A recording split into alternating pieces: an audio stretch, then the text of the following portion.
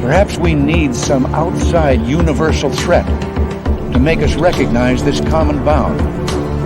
I occasionally think how quickly our differences worldwide would vanish if we were facing an alien threat from outside this world.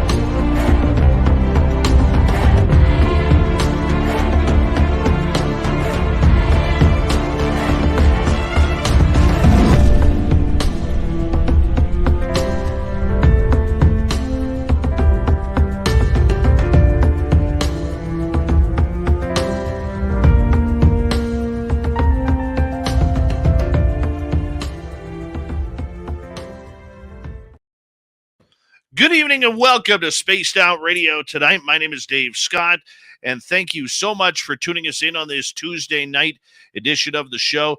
Edward Monge is going to be here momentarily. We're going to talk about what it's like to chase down monsters and legends and try and film them. Oh, yeah, we're in for a good one. Ed's a good guy.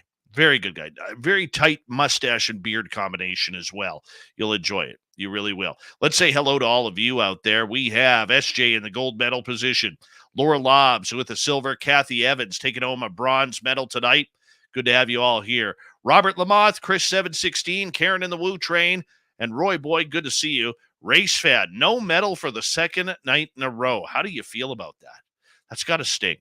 All right, Trucker Andrew, how you doing, my man? Thank you for listening to my interview earlier with Bigfoot Michigan Rob. It was a lot of fun. Deidre's here. Deidre will be signing autographs after the show. Line up to the left of the studio, if you don't mind, to the left of the studio. Stephanie Kenny Blankenship, Lee the Bee, how are you? Thanks for coming on in. Hi, Eternity Eternal. Cosmic Joe, Desert Rat, good to see you all. And Nikki in Seattle, always a pleasure. Number 21 in your program, starting at center ice tonight from Stockholm, Sweden, Lars Jansson. Parasolo, nice to see you. T-Bone, my man, how you doing tonight? Good to have you here. Jenny White Bear, how are you, my dear? And Flat Six is here. Flat Six will be signing autographs after the show as well. Line up to the right of the studio, if you don't mind, to the right of the studio. Digger Dog, good to see you as we continue on with our roll call. Wild Berry, Princess Lion, good to see you both. Human Carl is here, a great veteran of the United States Air Force. Thank you for your service, Human Carl. We love you here. John Lamb, Phyllis Boucher Perry, and Tim Mothman in his goatee are all here as we continue on with our roll call. Let us say hello next to Millennium, my man. How you doing? Good to see you, my fellow Canuck. Bigfoot Michigan Rob, it was a lot of fun. Thank you for having me on your show. Very much appreciate it. Kurt M., thank you for joining us. Vanessa, thank you for coming on in. And we are roll calling our way down the list as we speak, that is. Purple-haired Pixie Lara, nice to see you. Luscious Jules, thank you for joining us. Hi, Christine Lynn. Audacious Amber, how are you, my dear? Dear Slayer, good to see you. Oh, Dirty Filth is chiming in. Mama Catherine, mwah, I love you, my dear. I cannot wait. We're going to see you in 1 month. 1 month. I got a big hug for you. I promise. I promise. Aloha, Dave. How are you? And W. David Page, Richard Elmore, Operation Shutdown. Little Cam on Twitch. How you guys all doing? Buckethead the Soothsayer. How you doing, my friend? Magnolia, nice to see you. Hi, Paramarv. And Susan Lawrence in Indiana is back. Give her a wave. She always waves back. Continuing on with our roll call here. We have Candy Wolf. Thank you for coming on in. Hi, Phil the Stalker. Always a pleasure to have you here. And Manny Soberanes. I apologize for that as I learn your name. Welcome to SOR Chat. Thank you for joining us. Castle Dude, good morning to you. Richard Elmore. And our main man, Al Garay, over on Twitch, he's bench pressing 440 pounds tonight. Welcome to the radio and podcast side of Spaced Out Radio tonight. My name is Dave Scott. Edward Monge is our guest tonight. We are talking about monsters, legends, trying to film them as we await Bill WD-40 to lube us up for tonight's show. Continuing on with our roll call. Hi, Sandra. Hi, Sandra. Hi, Sandra. All right, continuing on. Who else is next? Let's take a look here. We have River Morris. Thank you for coming on in. And there's Bill WD-40 lubing us up as we speak, because you always want to go into a show nice and smooth. You never want that rigidness. Dogface Simon, Travis DeLuca, nice to see you both. And I think we are caught up. Oh, there's Michael Fontaine sneaking in. Remember, the super chat is open. It's a wonderful way to support what we do on this show. Hi, Mr. Cowley, Rayfin, and good to see you. And don't forget, our store is open on our website. Horns up, everyone.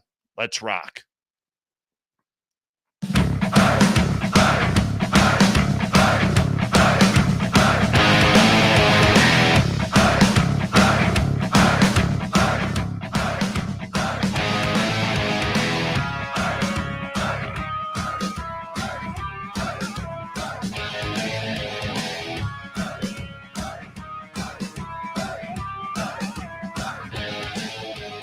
From the mountains of central British Columbia to you listening around the world, this, my friends, is Spaced Out Radio.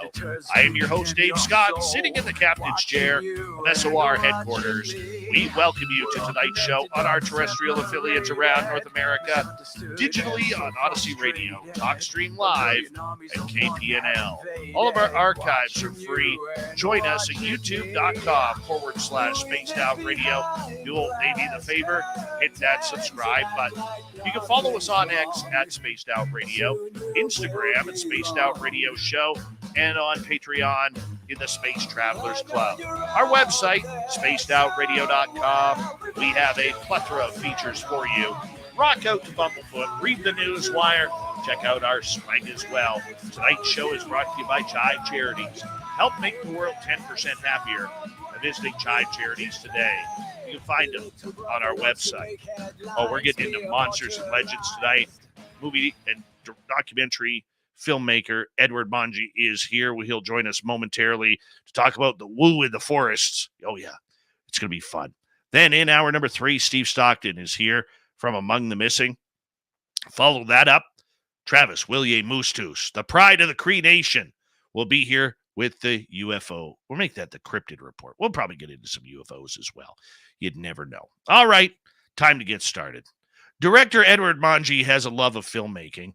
He's worked on several documentaries for national television, including Travel Channel and Amazon Prime, doing camera work from 2017 to 2020. In 2017, Edward became the founder and CEO of Triangle Entertainment Group in the state of Pennsylvania, a business that opens doors for him as a filmmaker and editor. He moved to Colorado, now resides in San Antonio, Texas, because the food is just so damn good down there. And he's still working as a film director for both low and high budget projects. In September of 2023, he released his short film, Believe, a film detailing a real life-changing event he had through a couple of platforms and film festivals with the mission of sharing his ideas and experiences through film. Edward Monge, it is a pleasure to have you on Spaced Out Radio for the first time. How are you? I'm doing great, man. Thank you so much for having me. I'm very glad you're here, because it's one thing for somebody to come on and have an experience, but it's a completely different story when you have a filmmaker, director such as yourself who's trying to tell this story through a camera, which is always impossible to say the least, considering the big monsters and legends don't really play fairly in showing themselves. How did you get into this? Oh, man, that's a long story, but I'll try to make it short. How's that? Well, we got lots of time, so take the long I believe that we all experience something at some point in life. And that's why we're here tonight, right? We're trying to find out what happened to this guy. And so let's begin from there. I'm originally from Costa Rica. I moved to the States back in 1998. But in 1994, I'm a young kid, just living over there in Costa Rica. And Dave, this is a crazy story. I think this is the third time I said this in public, but you got me. Oh, I love it. I love it. I'm on the edge of my seat right now. So what happened to me? I was at work. I used to work in a manufacturer, and we make like clothing and stuff like that. That morning, for some reason, I was not feeling any good. I was like sweating cold, high fever, shaking, stuff like that. So I just called my supervisor, Luis, and I say, Luis, brother, not feeling good. Gotta go home. And he's like, man, do what you gotta do. So I took the bus, got home. The funny thing is, I just moved into the house one day before. So I have no beds, no clothing, no nothing. I'm only have one white sheet. That was it. Got home, put the sheet in the floor, took off my shoes, and lay down. I'm not sleepy. I'm just laying down, trying to cool down on the floor since it's cold. And I hope I don't get emotional on this, okay? It gets me every time. So I'm laying down there, and for no reason, my body just froze. I couldn't move. I couldn't even blink, to be honest. Oh my. And I don't know what's going on. Dave, and I heard like an explosion right next to my window. And I saw, I mean, with my own eyes, pieces of glass just flying all over the room, laying, on top of me, on top of the floor, covering the whole floor. And I'm like, what's going on here? So I'm trying to move, but I cannot move again. Somehow, Dave, there is something coming through that window. It looked like gel. Okay. Seriously, it looked like some gray colored gel just falling from that window in a very slow motion, like very slowly. And I just looking through the corner of my eye, because I can't move. And I'm starting to pray. I'm starting to pray and pray and pray, asking God to please be here with me. Take this, whatever this is, take it out of here. But I feel like I was just about to die. I don't even feel like the presence of God no more. I mean, I Oh was my. there all by myself. Dave, and I'm shaking internally, at least. I feel that. I can hear my heart is pumping really fast, and I'm like, I'm gonna die. This jelly stuff is start to forming up right on top of my knees. And it's forming up and forming up, and taking like a body shape. Man, when this thing finished up forming, I couldn't believe what it was. At that time, I didn't know what it was. It was just very skinny, very tall, big eyes, two tiny little holes as a nose, tiny mouth, a massive head, long, long arms, and long, long legs as well. And he's just sitting on top of my knees, really, really heavy and cold and huge. If this thing was going to get up, there's no way it's gonna fit in my room. I would say this thing, it's gotta be maybe 8 to 9 feet tall. It's gotta be. And I'm asking in my head, what's going on? What are you? Who are you? What do you want? And this thing is just moving his head like this, right to left, right to left, looking at me and looking at the door. Now I'm praying harder. And he started to raise his right hand, 4 fingers. That was it. Long, long fingers. He started to raise the hand like this.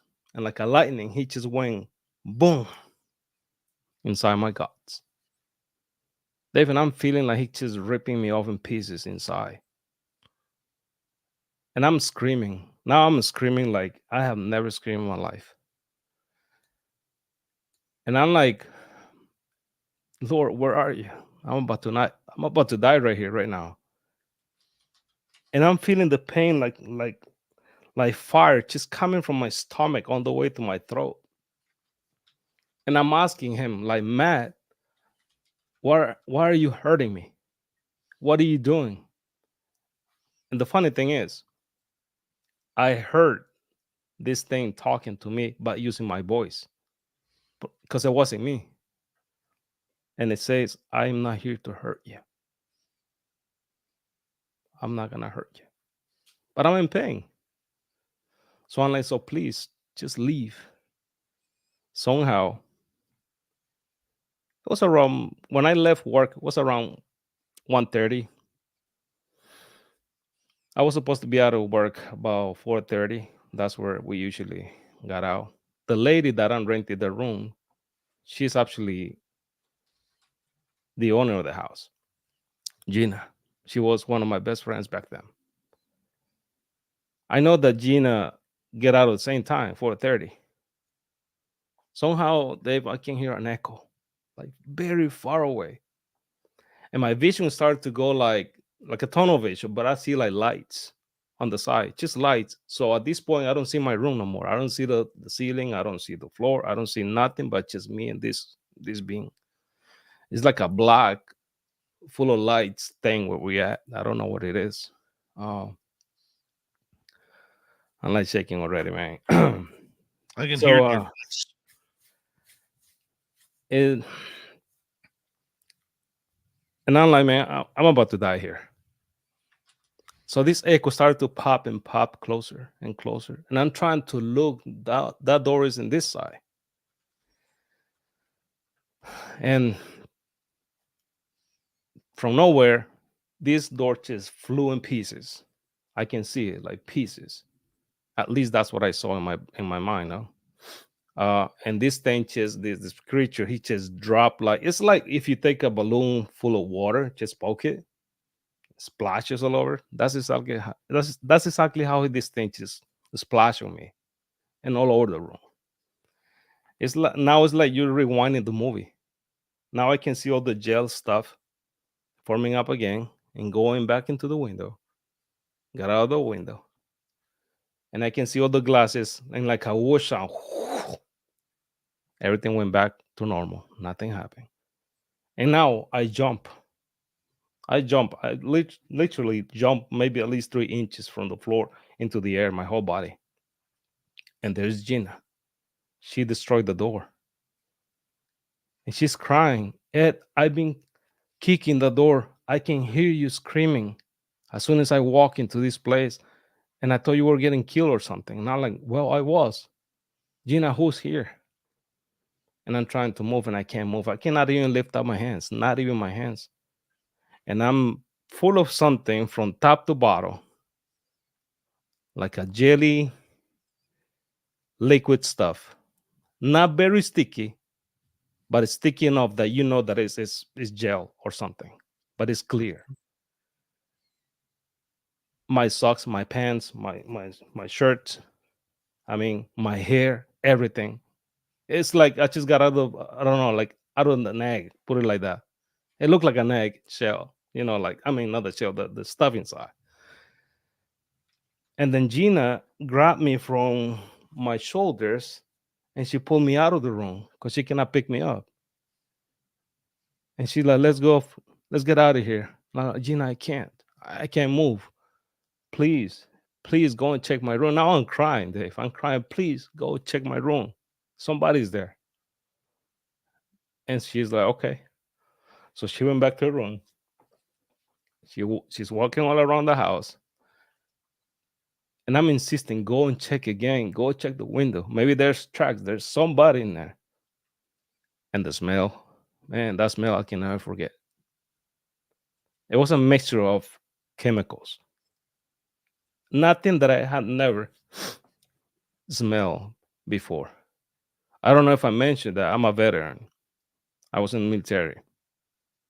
I've been in Afghanistan one time. Let's go to a little story. We were passing this village, pulling a mission. I got triggered.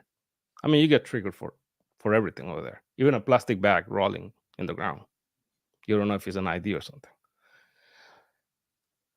We were just passing by this little village. And from nowhere, I smelled the same thing that I smelled back in 1994. And I started to shake. It was a smell of like burning oil, or maybe like when you burn a tire or I just don't know, Dave. It's really, really hard to explain. It's a combination of a bunch of chemicals, like really poison chemicals that it burns in your nose. So the whole room smells like that. I smell like that. And Gina, she's wet when she grabbed me out. And that's when she's like, "What the hell is this? What is it? What's going on?" And I'm like, "Gina, I don't know." She's crying now. "Let's go to a hospital." And I'm like, "Gina, I can't move. I can't."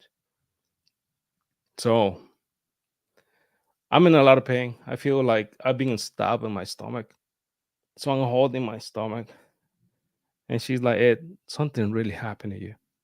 You're bleeding." Like, "What do you mean?" "I'm wearing a white shirt under my other shirt." So she took off the shirt, and I can see the blood in two different spots. Dave, I've got scars on my body from that day. I still have those scars, one on the right, one on the left. They look like when you're smoking and you just put a cigar or cigarettes in your skin. It makes like a little bubble of blood. But it was like a tiny little deep hole that it goes in. That's how it looked like. I'm coming from a poor country. Back then, at least, it used to be really poor. And I was really poor as well. I don't have a doctor. I don't have none of that stuff. The insurance that I have is barely just to, say that I have an insurance. So I did not went to a hospital. I didn't seek any help. 2 hours later, when I was able to get up, we cleaned up the room, took a shower.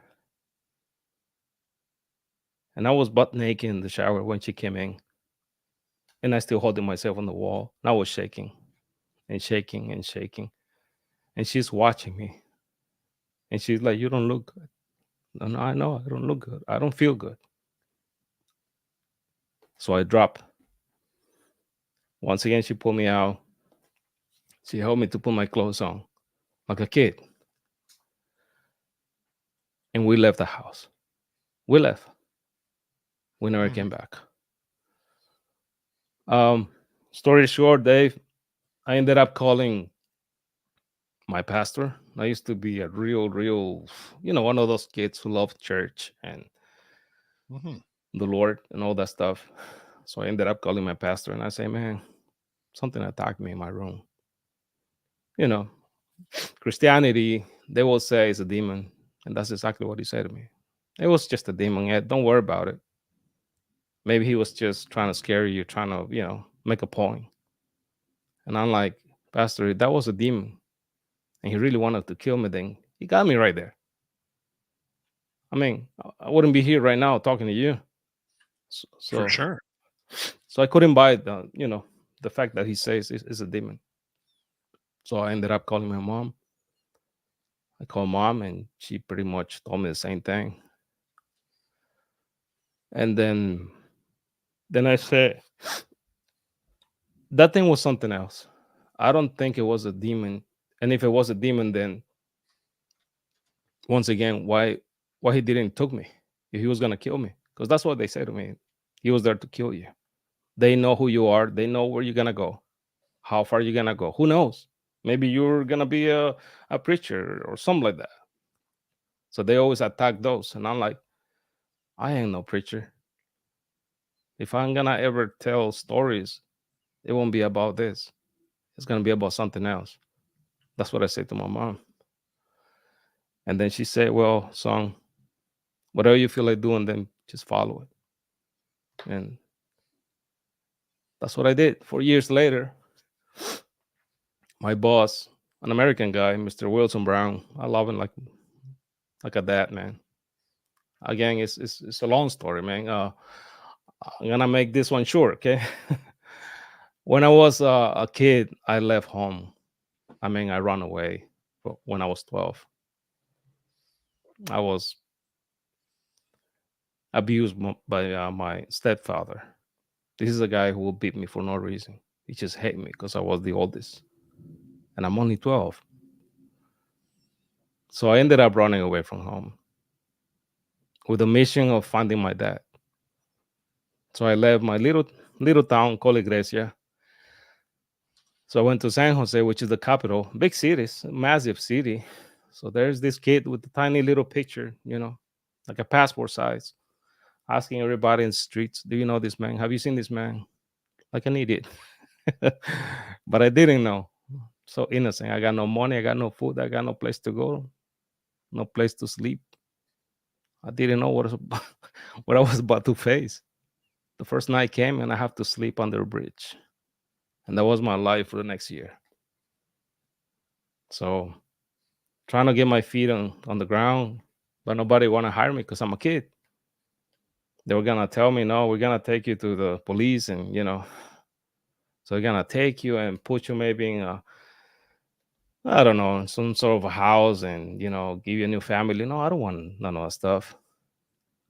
So some other kids from the street, they were bad. They're pushing me to do things. And I'm like, no, I'm not doing none of that stuff. I run away from home not because of drugs, not because of none of that stuff. And that's not what I do. That's not who I wanted to be. I want to be somebody. I want to study. I want to go somewhere. So they hate me. They beat me up quite a few times. The last time that I remember, I got scars on my body. They almost killed me. Between 6 of them, just kicked me and beat me up until I passed out. Some guy found me in a ditch. He took me to the hospital. And then after I was ready to go, the doctor said to me, "Man, you ready to go home?" And I'm like, "I got no home." "What do you mean?" "Yeah, I don't have a home. I don't have a family." "So who's gonna take care of you?" And I'm taking care of myself, I say. And I got stitches on my head and my eyebrow and black eyes and all that stuff. Broken rib. I left the hospital. I just left back to the street. And for some reason, I mean, God is great, man. He been so good to me, Dave. I ended up meeting this lady that I was watching through the window. She was eating this delicious pasta, man. And I just want to bite of that. I'm waving. And she's like, "Come inside." So I walk inside and the waiter, the guy, he was like pushing me out. And she's like, "No, let him sit here. He's going to eat with me." Oh my God. For me, that was like heaven. I'm like, "Are you serious?" I'm like, "Yeah, of course. What's your name?" And I'm like, "Edward."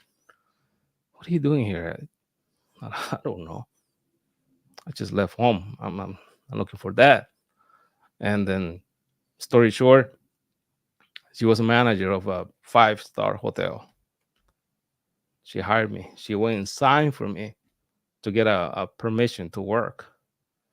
That's how I met up this American daddy. I call him daddy because he was like my dad, Mr. Wilson Brown. And he's the one who sent me to the States. So I got here, got my papers and everything like that legally, thank God, after I was done with my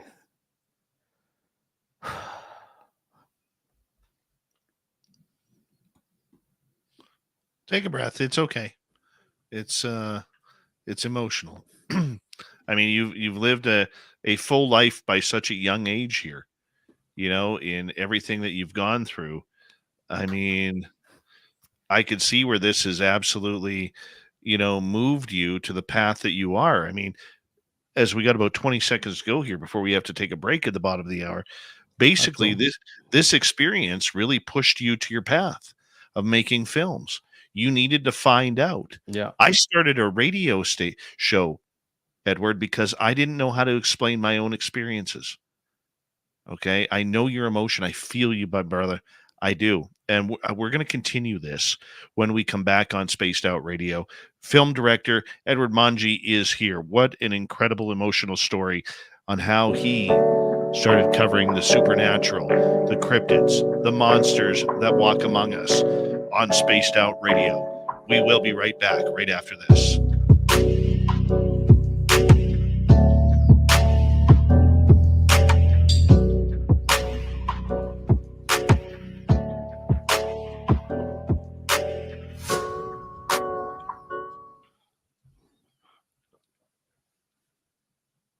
All right, my man, we are clear. So just so you know, our YouTube and podcast audience can hear us right now.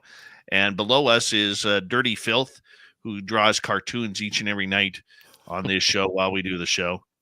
So I like that. That's really cool. I wish I can draw like that. yeah, me too. Me too. So, like I was saying, when I got here, one day I was just watching TV, just regular TV. I was living with my brother.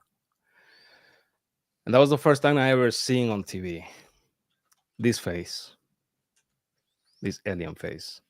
Well, hold on to that thought until we come back in a couple minutes, Look, because I want our radio audience to be able to hear that too.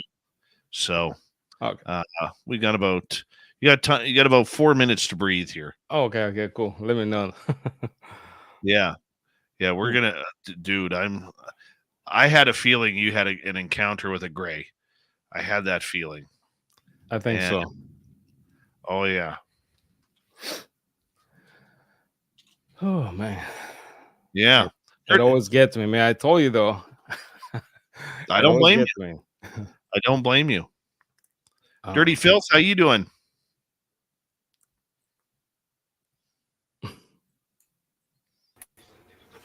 Pretty good. Where's Blob tonight? Sitting on heat register. It's a little bit cold out. Well, we had snow today. That's good. Yeah. No, it was cold. It was cold out. I didn't like it. It's April. There's not supposed to be snow in April. Yeah, but you're like 10,000 feet in the mountains. You're higher north than I am. How high are you guys? I am about a third of the way up British Columbia. Dirty Filth is in Edmonton, Alberta, so he's like by Santa Claus's house in the North Pole. There's polar bears stalking the neighborhood. Wow. That must be a beautiful place, huh? I bet. Edmonton has some of the most green parks out of all of major cities in Canada, and I think North America, if I remember correctly. Oh wow! What about rocks?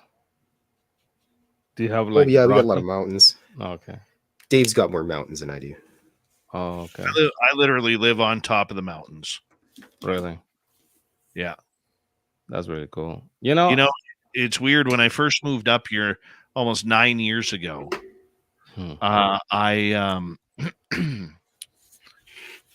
we're so high up that it almost seems like the clouds are lower. And I couldn't believe how low the clouds were. People thought I was nuts in saying that. But a newcomer should come to our town. Like, have you noticed how low the clouds are here? Like, yeah. Wow. So how high the clouds can get? Like 2,000 feet, something like that. Well, they could go way up there too, but usually, I'm kind of in a valley, so that's nice. We're not as high as Colorado, but we're about 3/4 of a mile above sea level. Okay. Yeah, that's really amazing. Yeah, I was in Washington State back in 2019, I believe. I was filming something for Ron Moorhead. You know him, right? Yep. Yeah, man, and I get to visit some places there. My gosh, so beautiful. The Olympic Peninsula. That's where I went. Wow. It's like a dream. It's all the way up towards my place like that. For real? Yeah. Wow. Except you have to cross the big desert to get there. Desert? Really? Yeah. We have a very large desert in British Columbia that nobody ever talks about. This is my first time I ever heard that, to be honest. Yeah, it's massive. It's like I think it's around the size of the Sahara. Wow. Yeah. Rono how you doing?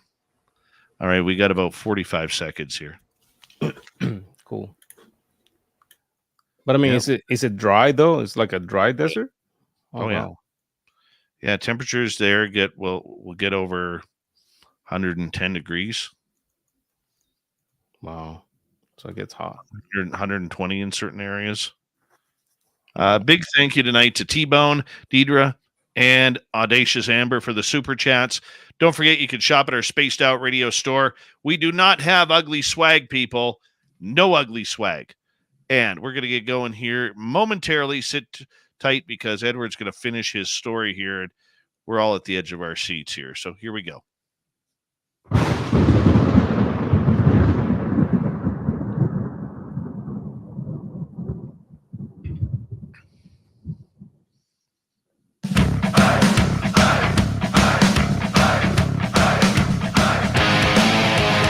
Here we go with the second half hour of Spaced Out Radio tonight. Always a pleasure to have you here. My name is Dave Scott. Thank you for joining us.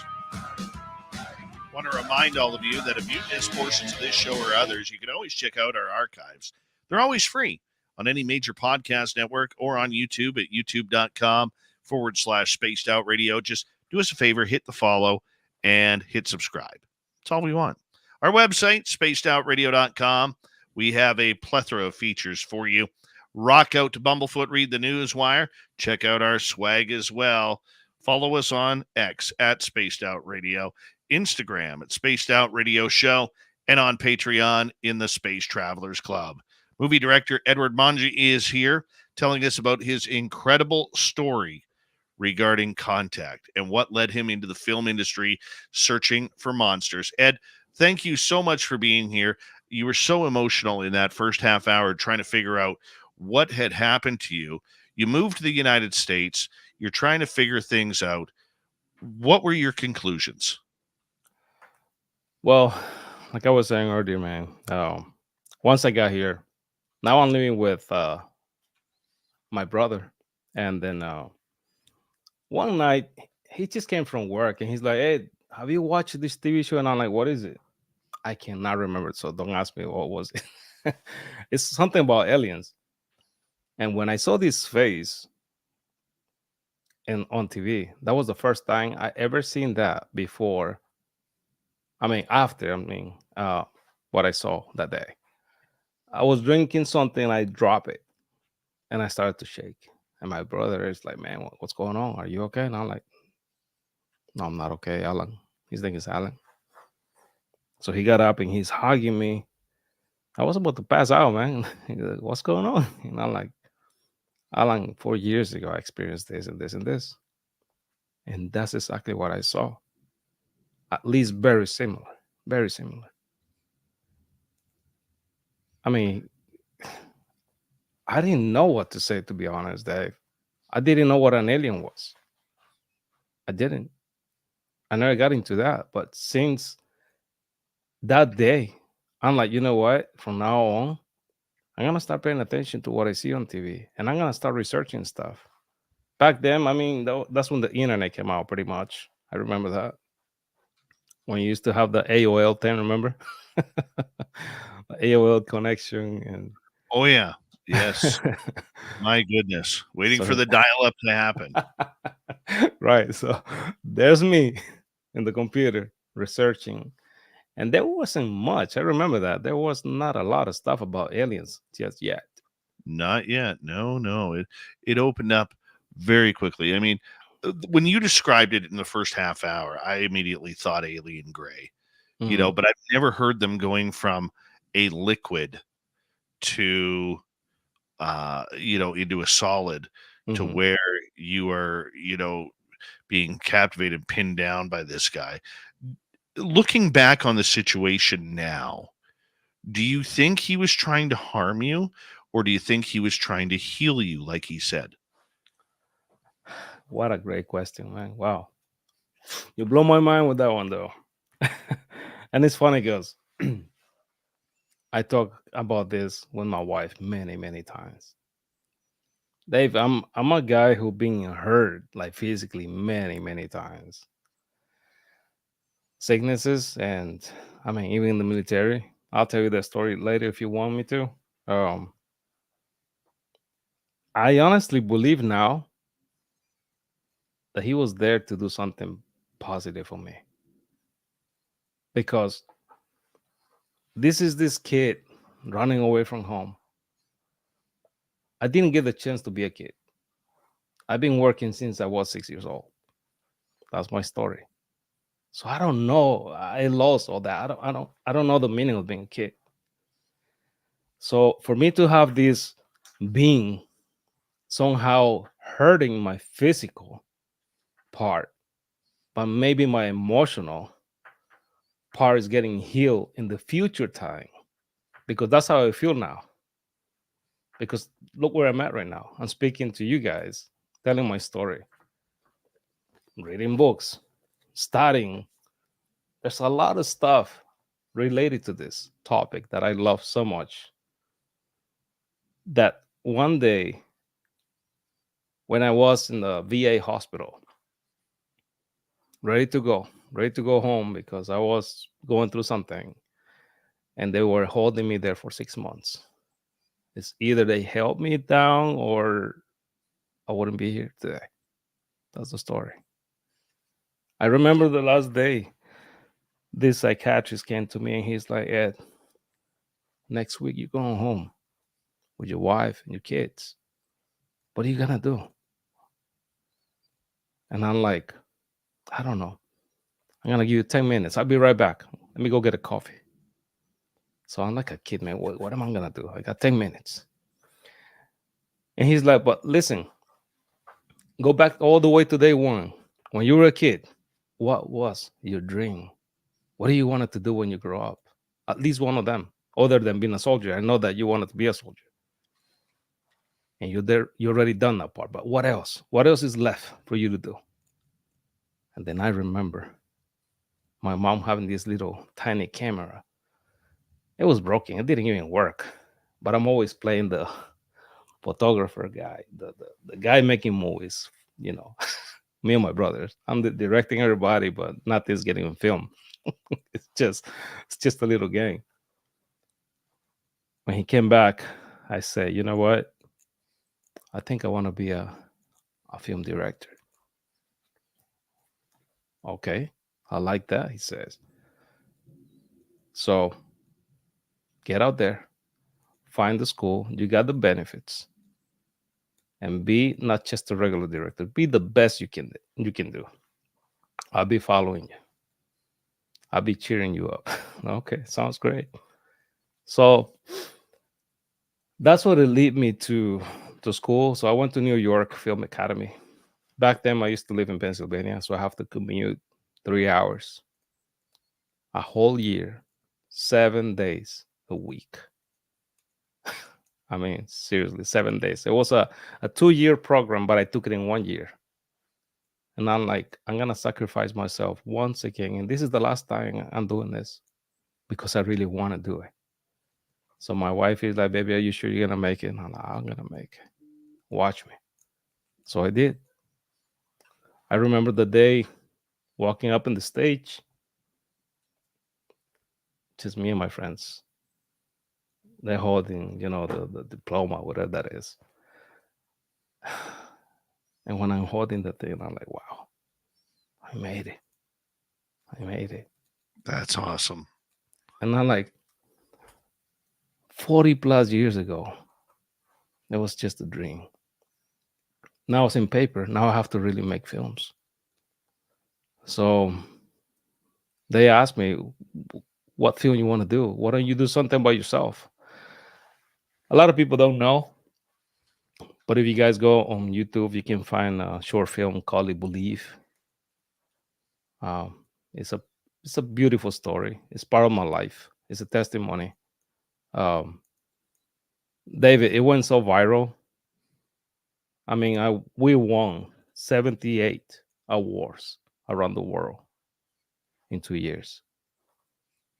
When you go to to a film festival, just to get selected is difficult already. You're competing with thousands of people. And as soon as the film got to every single film festival, I'm starting to get emails. You've been selected. You've been selected. You've been selected. You went to finals. Now you went to, you're a winner. And I'm like, whoa, wait, what's going on here? So I'm praying and I'm like, God, thank you. Thank you so much. I put everything that I have, including a little bit of money that I was saving for that. And I even said to myself, I'll be broke, but that's fine because I always wanted to do this. And it's a beautiful story. You guys should watch it at some point. Honestly, I forgot to send you that link. Oh, But that's quite all right. Did your alien friend ever come back? I was gonna go there. I think it did in a dream, Oh yeah. not in real life like I saw it. Right. But this is so different though, because I was dreaming, and that night I woke up my wife. Dave, I dreamed that I was in some sort of a spaceship. I mean, literally a spaceship. There's this tall dude, and he's just looking down at me. I'm looking up, and we're smiling at each other. And Dave and I feel like we know each other. And I ask him, "Do I know you?" We do. Did I ever see you before? Yes, we did. We met before. But he looks different this time. He doesn't look like a gray or at least that kind of thing. He looks more like a person, white and tall and kind of skinny still, but Yes. a beautiful face, long hair, blonde. So I'm asking questions and where are we going? And then he said to me, I'm gonna take you to a place that you always wanted to see. But what is it? I was getting anxious like a kid again. And there's a bunch of people around us, a lot of people, including kids. So I'm asking this lady next to me. I mean, we're like tapping shoulders, and I'm like, ma'am, excuse me, do you know where we're going? And she's like, I don't know. We'll find out. Okay, that's fine. So somehow, like seconds later, I heard like the thing this is just dropping somewhere. You feel the motion of it, and a big gate just drop. So we got out, and this tall being, he's like, go on. And I'm like, where are we going? And he put his huge hand on me and my shoulder. And he's like, come on, let's go. When he touched me, Dave, I felt so, I don't know, so different this time. It's like I knew that it was the same thing. So I'm holding his big hands and I said, do I really know you? And he said to me, I say, yes, we met before. Are you the one? And he smiled, the big smile. And this time he laughed and he's like, yes, I am the one. Come on, don't be afraid. So we walk off. It was like this planet, just beautiful. There's light. There's a light that there's not sun. It's not a sunlight. There's no shadows. There's nothing like that. There's like light all around you. The air is just sweet as honey. You can almost taste the air, the colors, everything's so vibe, so beautiful. Everybody smiles and happiness. And I mean, you can see thousands and thousands of people, animals that I had never seen here. But they're beautiful. I don't know what these things are, but they're beautiful to me. You can see like many of these tall creatures or these people, whatever they are. I don't know what they really were, but this is my person. I would say my guy. He's guiding me through everything. So he's holding my hand. He's like, "Come on, I want to take you to a special place." So we climb this mountain. We sit down, and then I ask him again, "Were you that one?" And he said to me, "How many times do I have to say yes? It's me. You have to believe." Man, I do believe. I just want to know that I'm not gonna get hurt. There's no pain here. Nothing's gonna happen to you. Nothing. But he's looking at his watch. Yeah. It's such a different watch. It had no time. And he said to me real clear, "In your time, it's time to go. Your time."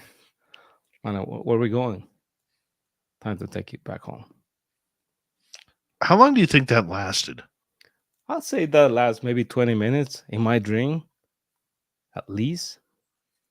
At least. But here's the funny part, Dave. We're coming back. And I'm asking him, what place was that? He gave me 3 different names. You guys, the humans, wouldn't remember these 3 words, but try your hardest, okay? Try. So I cannot even pronounce. I remember that starts with a Y, H, maybe X, and I don't know the rest. It's not like a O or U or none of that. It's a totally different thing. Dave, and when he dropped me off, I woke up. I mean, I jumped from my bed and I was shaking, but this time I'm shaking in happiness. And I'm waking up my wife. She said, "Well, you can ask her anytime, Dave."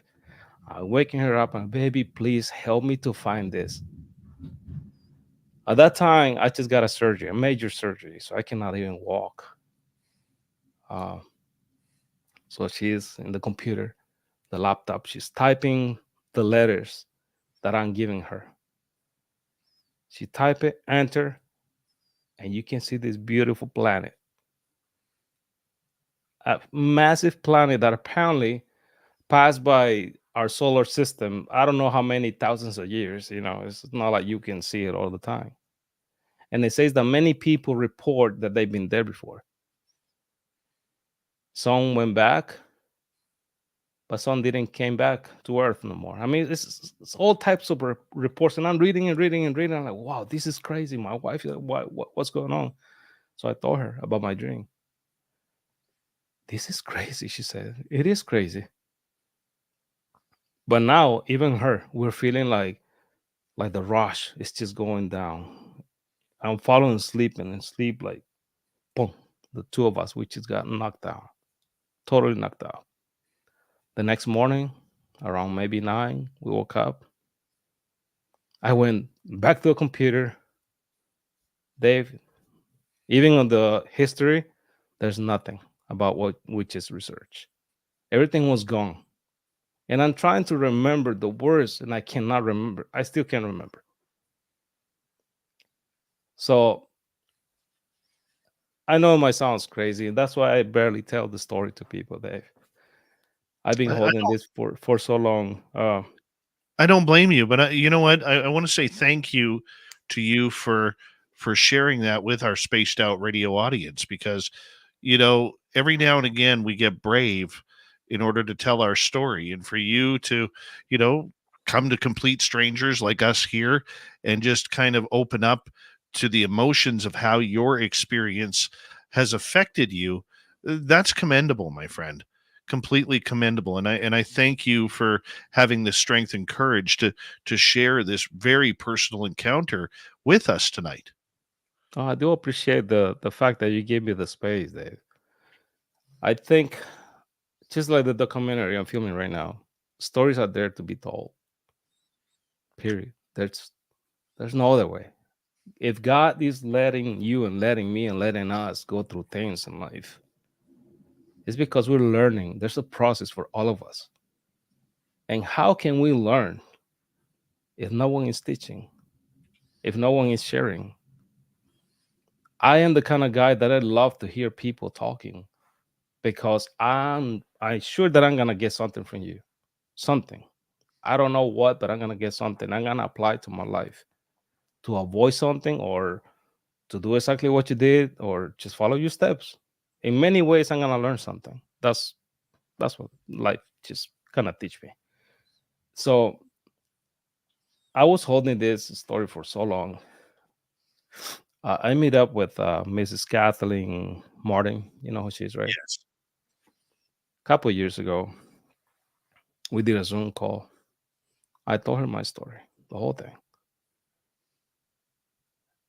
She told me that it sounds like I had a sleep paralysis somehow, but at the same time, it sounds so realistic that I went somewhere, that I really see something.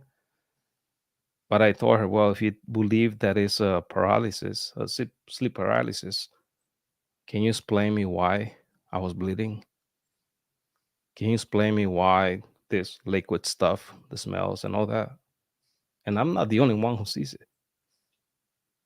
So it's like she kind of like reacting. I'm like, then yeah, then it happens. I asked her, Travel Channel contact me after that. They want me to get an interview. They want to interview me and do the whole story and put it out there. So I asked her, what do you think? And this is what she said to me, Ed, we're really close friends now, thank God. In fact, we just talked like 2 weeks ago again, and I asked her again, what do you think if I keep on talking about this? And she said, talking about it is fine, Ed. But as a story on TV, don't put it out yet. Give it a little time. Now, little time has been so long. No, it's not. Share it. Tell people. That's going to heal you. It's going to help you. And it's going to heal some people. It's going to help some people. But don't just put it out there just yet. Like I was saying, I'm doing Unknown Encounters documentary. I even thought of it. I'm like, what if I put my own story in that? I'm the director now. No, I don't want to be the actor guy. You know what I mean? Like, that's too much. But I don't know. I just ended up collecting stories from all of us. People who encounter something from Bigfoot, NDEs, UFOs, alien adoptions, all of those things that belongs to the unknown, things that we don't understand. And that's what I'm doing, because again, Dave, I believe that we have to learn from each other. We have to share stories. If you know any information, I am the kind of guy, we shouldn't be holding that. And that's one thing that I kind of don't like about our topics, because a lot of people have a lot of information, they don't want to share it. I think Yes. it's kind of like being selfish, in my opinion. Correct me if I'm wrong. Because how can you help someone when you know that that's the only mission that we have on Earth? If you think about it, what else do we have to live for? We should be helping each other. We should be loving each other instead of fighting and competing. And I mean, it's all about love. We were created by love, apparently, right? So that's kind of like my mission. That's kind of like I wanted to do with this. Not just monsters chasing us and killing us, and like the Hollywood movies. I want to see and share also the positive side of the unknown, because not everything is dark, in my opinion. Yeah, maybe. I'd 100% agree with you. 100%. Thank you, Dave. Like in the beginning, when I saw this ugly creature, at least for me, it was really ugly. Maybe they see me ugly as well. It's just what it is. We're different. If you see the Bible talks about angels. Man, if you imagine those angels, like they look like wheels with thousands of eyes and wings, and they don't even look like human. I mean, that angel appears in my room right now, I'm gonna run away. Right? They're really ugly, but apparently they're beautiful. So I stopped calling or telling aliens that they're ugly. That's just who they are, because they were meant to be like that for a reason. And there's so much that we can learn from them, in my opinion. I'm going to get you to hold on right there, Edward, because it's hard to believe we're already through hour number 1 on Spaced Out Radio tonight. Edward Monge is here telling his incredible story about how he's gone from growing up in Costa Rica to serving in the United States military to making movies about legends and monsters. We're going to get more into that when we return on Spaced Out Radio. Hour number 2 is next. My name is Dave Scott. Always appreciate being your man of the tinfoil on the mighty SOR. Stay tuned, everybody.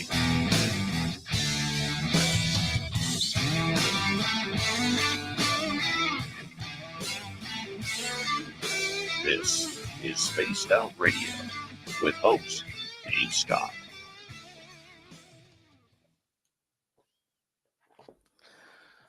Oh man. All right, my man. We got about 5 minutes here. I'm going to turn things over to Dirty Filth here. Cool. As everybody, we have a blob alert. We have a blob alert. Blob's the cat, Edward. What is that? Blob? That's the Yeah. cat. Oh, okay. That's Okay. She's the art supervisor. Oh, I see her. I see what you're saying now. there's Blob. She's so cute, man. There she is. Oh man, look at her falling asleep. All right, I'll be right back, guys. Yeah, me too. I'll be right back. All right, everybody, just listen to me ramble for a couple minutes here. Oh, this whole right there. It's a blob. Look at that blob. A little gentle blob. I have a correction to make. I was on the show with Rob G on Sunday, and I was talking about an artist named Sergio. Oh, did I butcher his name again? Sergio Aragonés. It's probably wrong. He wasn't from Cuba. He was originally from Spain and moved to Mexico before he moved to America. So I had to clear that up because I like to make sure I have things as correct as possible. And yes, Blob is the supervisor. Supervisor Blob. I've actually got a whole bunch of pictures of Blob sitting on my lap while I'm drawing cartoons. And I have a folder. It's the Supervisor Blob folder of pictures. And anyways, for the drawing, this is how to lose a Saskatoon berry pie. You put it on your windowsill, Sasquatch is going to scoop it on you. It has to be Saskatoon berry pie as well, because that's the best pie. If you ever get a chance to have one, preferably from a Hutterite of some sort, because they just make the best pies. Or get grandma to make it for you or something. That's a nice man. You know, despite me working in a warehouse, I have soft hands because I've never actually worked a day in my life. So I just draw cartoons and junk. Yeah, secretly GW. It's actually Blob that runs the show.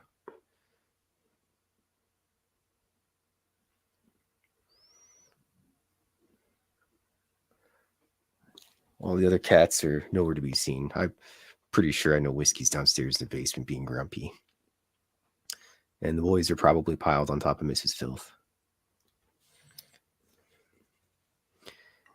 Hemp thick hand. You know what? Love V, I got this stuff called skin food. Because, as I said, working in a warehouse, hands get super dry, lifting heavy boxes of all types of stuff every day. Yeah, it's anyways, I'm rambling away here. That's really cool, man. Edward, you said you were from Costa Rica? Yeah. Cool. I want a vacation down there once from a radio station here in Edmonton. Yeah, dude, you should, man. You're gonna love it. It was nice. I went to Jaco and Monteverde. Oh man, those are two of my favorite places. I went ziplining. It was the most terrifying thing in the world. The plane? Yeah. Well, I'm not a big. I don't like flying, and then the zip lining was something else. Okay, so you don't like height? Yeah. No, I like where I live in Alberta. Everything's flat for the most part. I see. Well, you know, there's so many Canadian people in Costa Rica. I mean, a lot of these people bought land, they build houses, hotels, businesses. I mean, there's a lot of Canadians. It was nice. A little hot for my thick Canadian blood, though. Well, in May, I think we went down. Wow. It was May, April or May. What year? 2016. Oh, okay. I was gonna ask you that. What year? Well, yeah, I had a lot of fun though. Oh, I bet. What do you think about the food though? Do you like it? Oh, I love the fresh fish just about every day and all the fruit and vegetables. Yeah, I love that though so much. I mean, you can taste it for reals. I didn't try any. I went out with my mom and dad And they're like, "Oh, we're gonna go to KFC." I'm like, "What are you going to KFC for? We got all these local restaurants." Like, "Oh, I Yeah, want to see man. what KFC is like here." I go, "Okay." So Mm. I bought some really nice salsa, and I was Oh, going to the bring some home, Lisano. but I just ate all of it. I kind Yeah. of felt bad about myself. But it was the day before I had to go back, and I'm thinking, I don't think they're gonna let me take this on the plane. So I just sat there and ate it right out of the jar. Right. But you Felt know my what's funny proudest though? moment. Even the fast food is still it's still tasting different than here, isn't it? They I didn't have any, but they did say it was different, and It the Coca-Cola was a lot different because of the cane oh yeah. sugar. Yeah. It's really different. I can definitely taste. I mean, even the chicken though, it's so flavor over there. It's like really tasty. We're talking about Costa Rican Yeah, cuisine, yeah, Dave. yeah. I've never been. No. I want to. It's on my list. Do You it. On should my go and check it list. out. Yeah. Are there a lot of sharks there? Mm, I heard in the south area, yeah. Yeah. You Yeah. know, by Panama area. But I Yeah. mean, I wouldn't trust the ocean anyways, man. I'm not an ocean dude. No, me either. Me Mm. either. I'm a meal. All right. Thank you, Amber, Deidre, T-Bone, and Dave for the super chats tonight, as well as Susan and Debster. Very much appreciate the love. Here we go.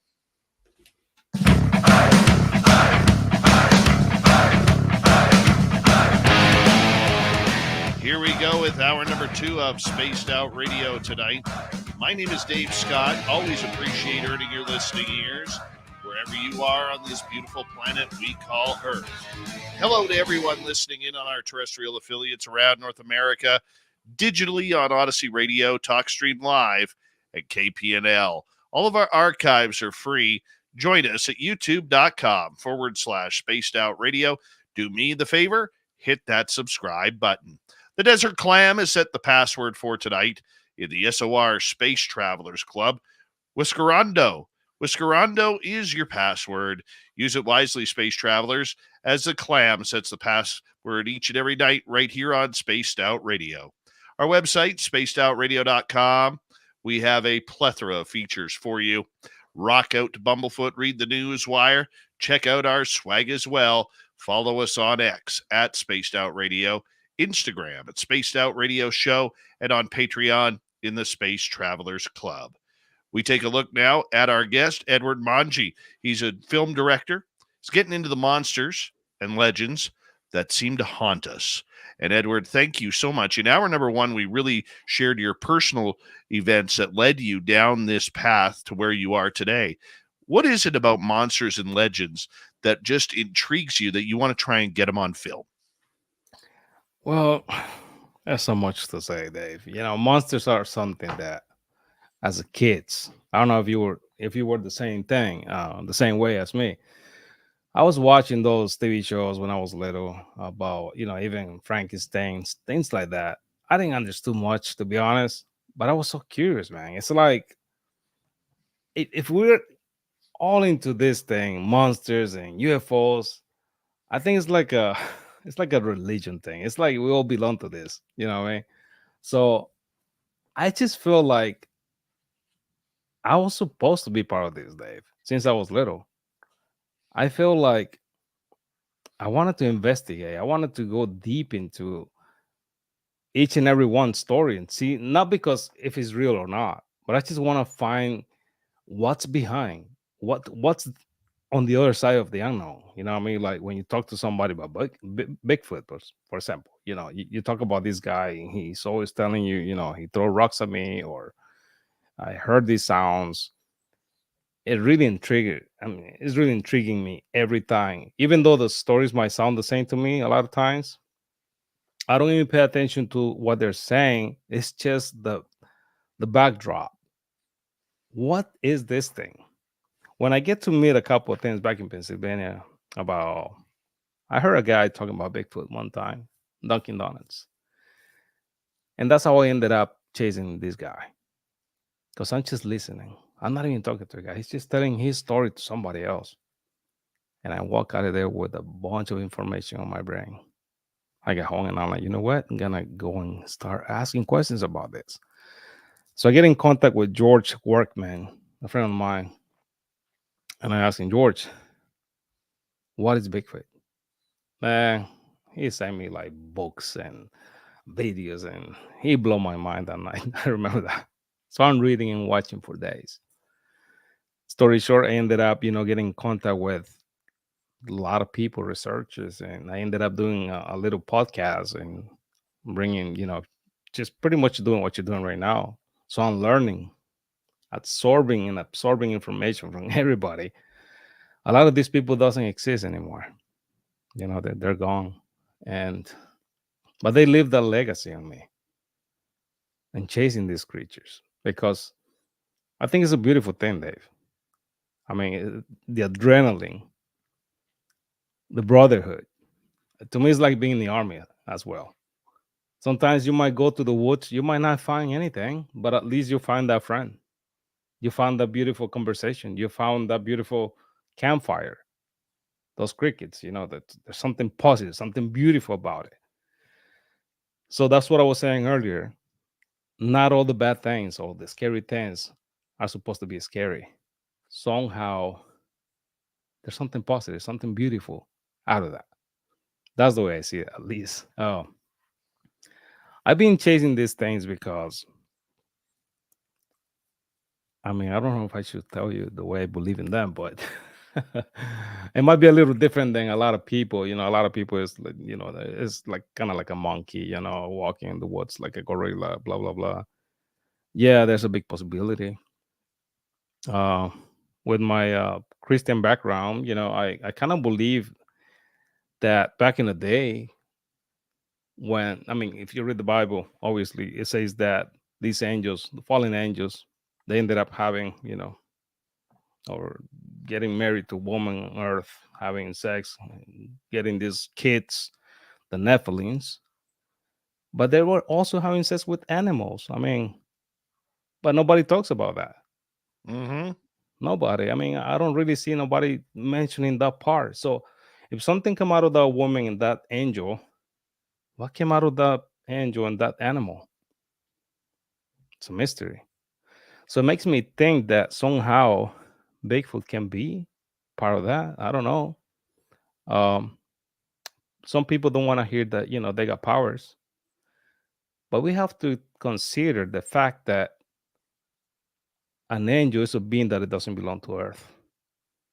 That give you the power automatically. That's why the Nephilim were powerful all the way. I mean, from physical strength to abilities. So maybe, just maybe, it happens in the same way to these animals. Um, I shared this with Ron Moorhead the other day, and he believed the same thing. He's like, "No, I'm with you, and it's a good thing that you shared that with me because a lot of people don't want to hear that. Um, for them, it's just flesh and blood, which I don't blame them either. It's really possible. Remember the gorillas? Gorillas were found back in 1800s or something like that. That's when they Yes. discovered them. So it's still possible that we haven't captured one of these big creatures because they know how to hide. They really know. They're smart. And again, they might be so smart, smarter than us, to be honest. They know how to do things, how to rule the world. Because, in my opinion, they're not just creatures. To me, they're people, really intelligent people.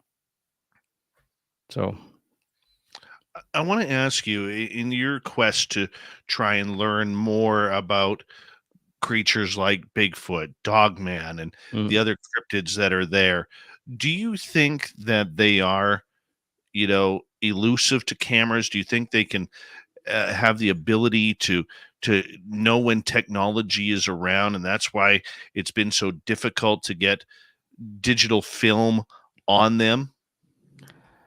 that's a great question again, Dave. You know how to ask questions, huh? Oh, once or twice. uh, it happens to me so many times that I went to the field with researchers and investigators. And just recently, last year, when I was filming Nate's story, we just charged the cameras, batteries, everything the night before. Night before. These batteries are supposed to hold up for like a week before they even die, even if I'm not using them. We got there, and 3 of my batteries are dead, like dead.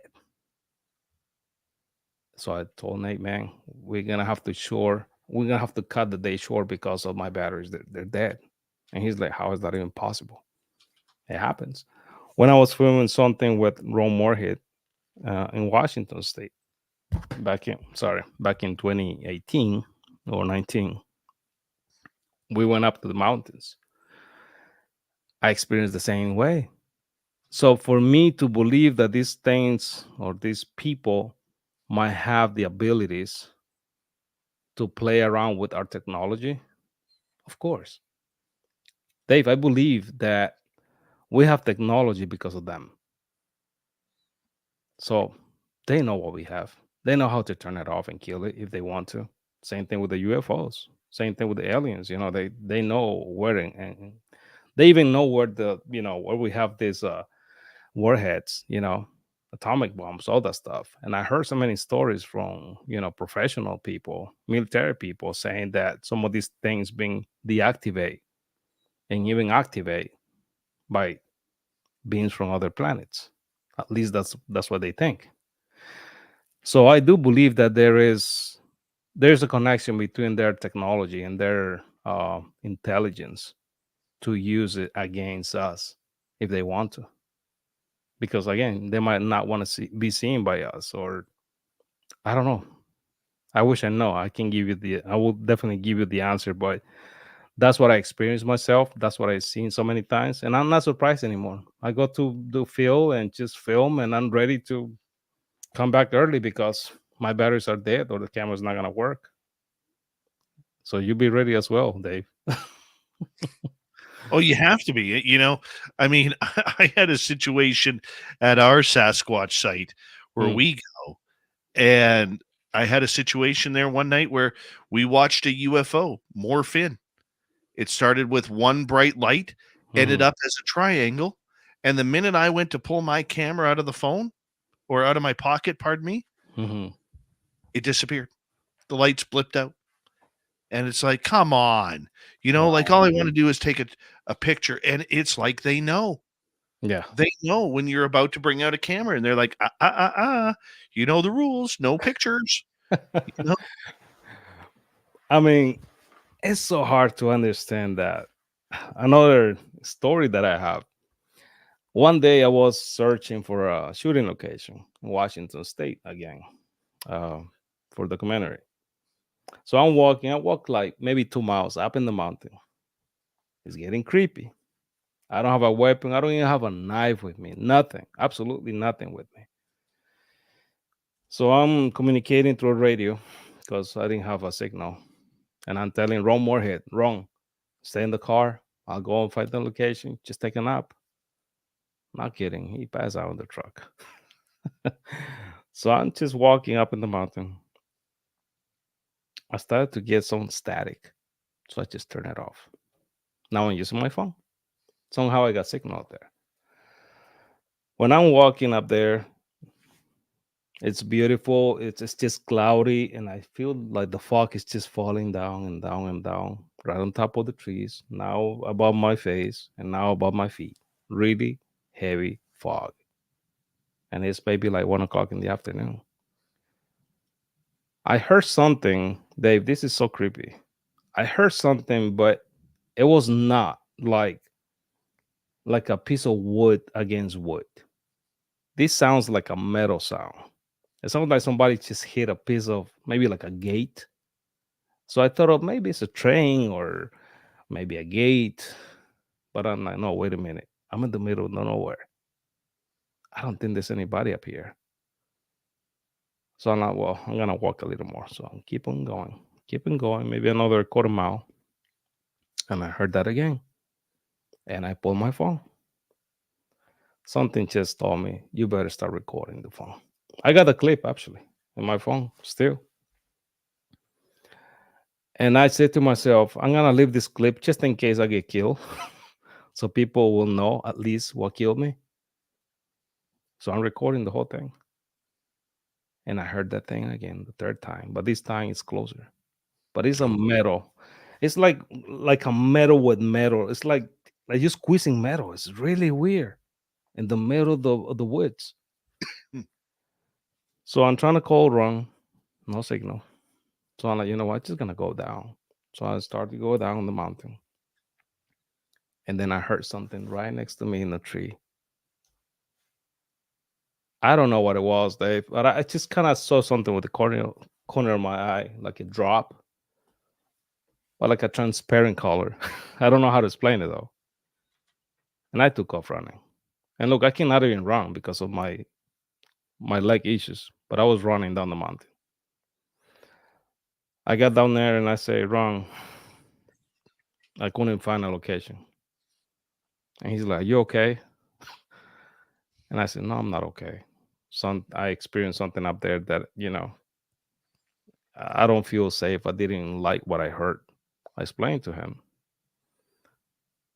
and Ron said to me, "Ed, you know how many times I heard that in the Sierra? Not like for reals."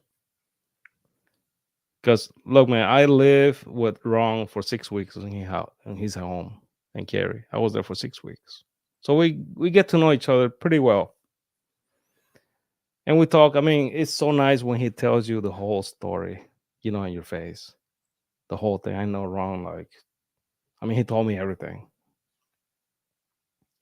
and it was so emotional for him. That was the first time I seen Ron emotional. He doesn't get emotional talking in public, but that time he's telling me the story in a very emotional way. And he's like, "Remember that time that I was telling you in the table when we were eating that I heard some sounds, but they were not just sounds of these monsters?" And I'm like, "Yeah, that's exactly what I heard. It sounds like metal." What is the connection between metal sounds in the middle of the woods related to Bigfoots? I don't know, Dave. I wish I know. But it kind of takes me or makes me believe, what if there's a portal? What if there's a, I don't know, for some people might sound kind of weird, but what if there's, I don't know, a UFO, spaceship, something? Well, let's call it portal for now. I mean, there's so many questions that we might have. And that's why I'm in the search. I mean, just like you, just like everybody else. Nobody has the truth in the table today that they can say this is what it is. We're all full of speculations, trying to find out the truth. And that's what I was saying earlier, Dave. We have to come back as one. We're all wearing the same uniform, same uniform, just like the military. And the only way to find the truth about these beings is by sharing, is by, it sounds funny, but we have to love each other when it comes about this. There's no other way. This is not about I'm better than you. This is not about I can do better films than you. It doesn't matter. It's about finding something good enough to share, and hopefully teach the world, finding evidences that is gonna break the you know everybody's mind somehow. To me, what I experienced back in the day still haunting me. I'm not gonna lie to you. You can see it. But I try every day to believe that it was for the good. It was for good.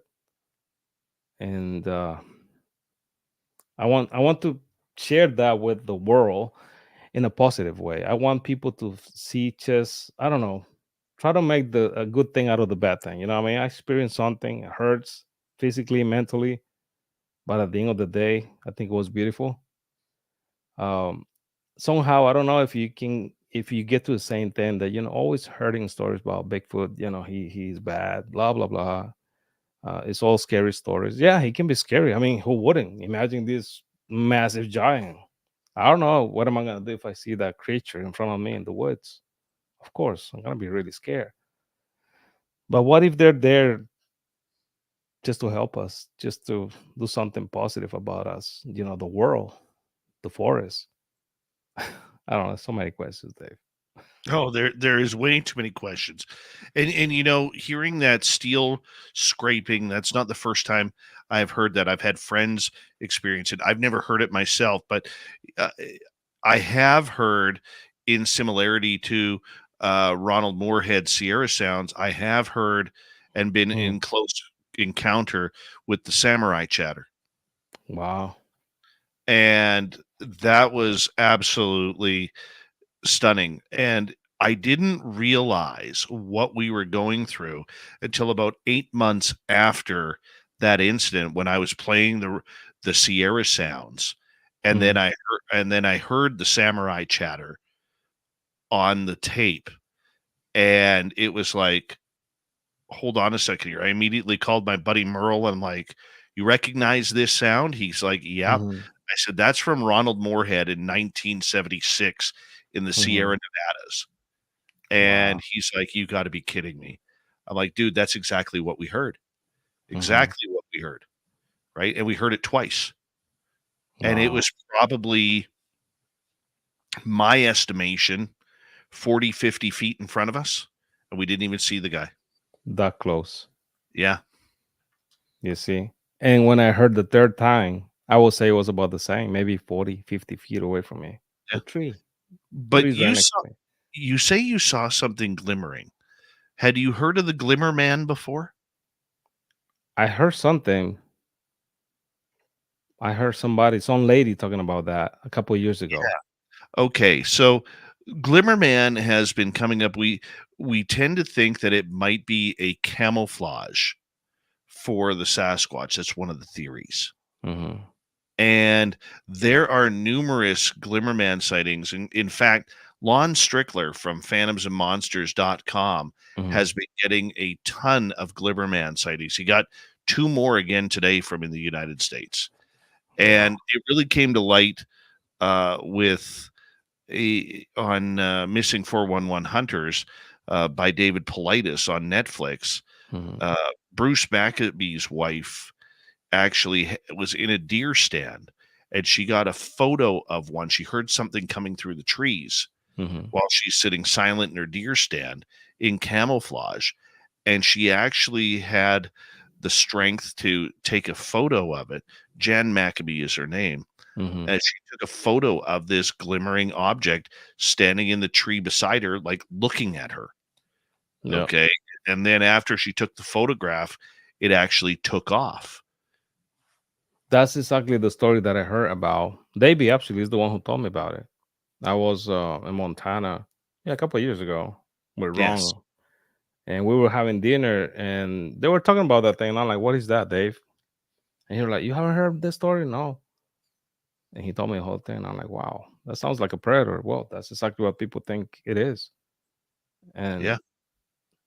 he's just kind of like transparent, just jumping from tree to tree, whatever. And you know what's funny though? I was talking to a Costa Rican friend last week, and he said that some family member told him a story about something similar to that. He says that back in the 70s, his uncles, they were young guys, they were hunting. Back then it used to be legal to hunt, so they went deep in the woods. They stayed there for like 3 or 4 days, and they said that the first day they encountered a bunch of monkeys, so it was kind of normal. By the third day they have to run away. I'm like, and Wow. I'm not like, wait, what happened? He's like, because they saw some transparent thing jumping, chasing the monkeys. Wow. Hold that thought. Mhm. Hold that thought, because we are going to take a break here at the bottom of the hour here on Spaced Out Radio. We have Edward Monge for another 30 minutes here on the big show as we are continuing his search and quest for filming monsters on Spaced Out Radio. And man, what a show so far. You're really missing out if you've missed the first hour and a half. Spaced Out Radio returns after this.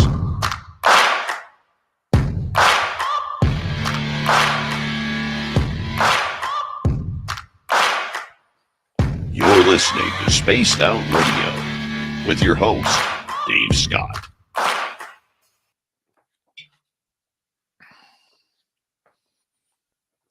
Are you having fun yet? I'm loving it though. I'm nervous though. I'm not gonna lie, Dave. I haven't done this in a long, long time. You're doing awesome, man. I hope Oh, you're having man. I'm loving it though. It's just like I said, I'm just nervous. That's it. But other than that, I should be okay in the next one. I hope. I trimmed my beard right before the show. You did? Yeah. And I when you're using the clippers Yeah. and especially around your mustache area and everything, and the little hairs get stuck in your mouth and you end up swallowing them and hey, it's first world male problems here, people. Okay. And they get caught in your throat. That's why I've been coughing all night, is because I have mustache hair caught in my throat right now from trimming it. Oh, it's driving me nuts right now. It's crazy. I've been through that a couple times. Not fun though. No.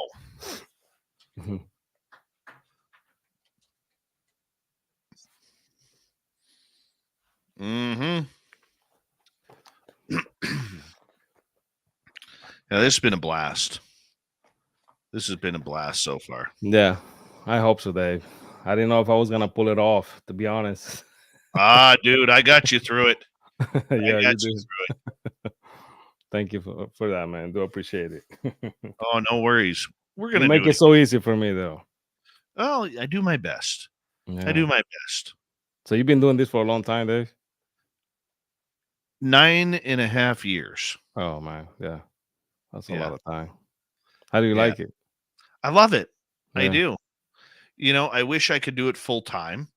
I mean, I do it every night, Monday through Friday, but I wish my goal is that we're setting up to gain more radio stations and everything. We're working on that and building our social media numbers so that way we could take advantage of that. I mean, I treat this like a business. I don't treat it like a podcast. Yeah, or a hobby. And so, and then the filming stuff we've been doing, it's the doors are open. It's just a matter of finding the path to go down, right? Yeah, definitely though. I mean, Dave, like I was saying earlier, man, sometimes you don't need a lot of money to start shooting something. If you got a couple of people who are passionate about it. Oh yeah. That's what you need. You know what I mean? 100%. You see, like unknown encounters, man. I just went up there to Washington. Me, my wife, and this kid that I hired to help us out to carry stuff. And I was directing, I was doing lighting, I was doing electrical, I was the gaffer, I was the grip, I was everything. You know what I mean? I was exhausted. I mean, exhausted. Then I have to drive back, edit, which I do love what I do. I really enjoy sitting here and imagining everything on my brain, just put it in, in the tape. I love that. It's painful, but I mean, you get to enjoy because you love what you do, and that's where I'm at right now. I was mentioning earlier, I'm hoping that I might get some investors into the series that I'm doing. But regardless, I still gonna pull it off. It might take me longer, but I still gonna go and just get it done. I got really good people coming in. I mean, good guesses coming in. They're gonna be speaking and talking about not only their stories, but their point of view about UFOs, alien adoptions, NDEs, all those things. So they're gonna be talking about those things. I believe Ron is gonna be there. Kathleen is gonna be there. A couple other people, I can't remember their names right now, but I got the list somewhere. But what I'm saying is that it was just a dream before. So it's exhausting when you have to start from scratch, making phone calls or emails and get in contact with people and get approved by them. That's the hardest part. If they say no, sorry, then you're screwed. There's nothing you can do about it. But I'm just pushing. So that's all you got to do, man. Just push it, Dave. I hear you. And that's what we're doing. Yeah, man. You'll pull it off. That's what you got to do. It's just a matter of working hard. And you got me here, bro. If there's anything I can do for you, man, count on me for sure. Yeah, I appreciate that. you know that, Dave. That's what we're here for, man. We gotta help each other. Oh yeah, So absolutely. yeah, man. I'll be more than happy to help. We're coming back here in about 25 seconds. I want to Yeah. say a big thank you to Deborah Rooney, Susan, Dave, T-Bone, Deidre, and Amber for the amazing super chats. Thank you for the love and support, everybody. It's well worth it. Well worth it. Don't forget to shop at our Spaced Out Radio store. We do not have ugly swag, people. No ugly swag. So go check it on out today. Here we go with the next half hour of the show. Like a couple seconds.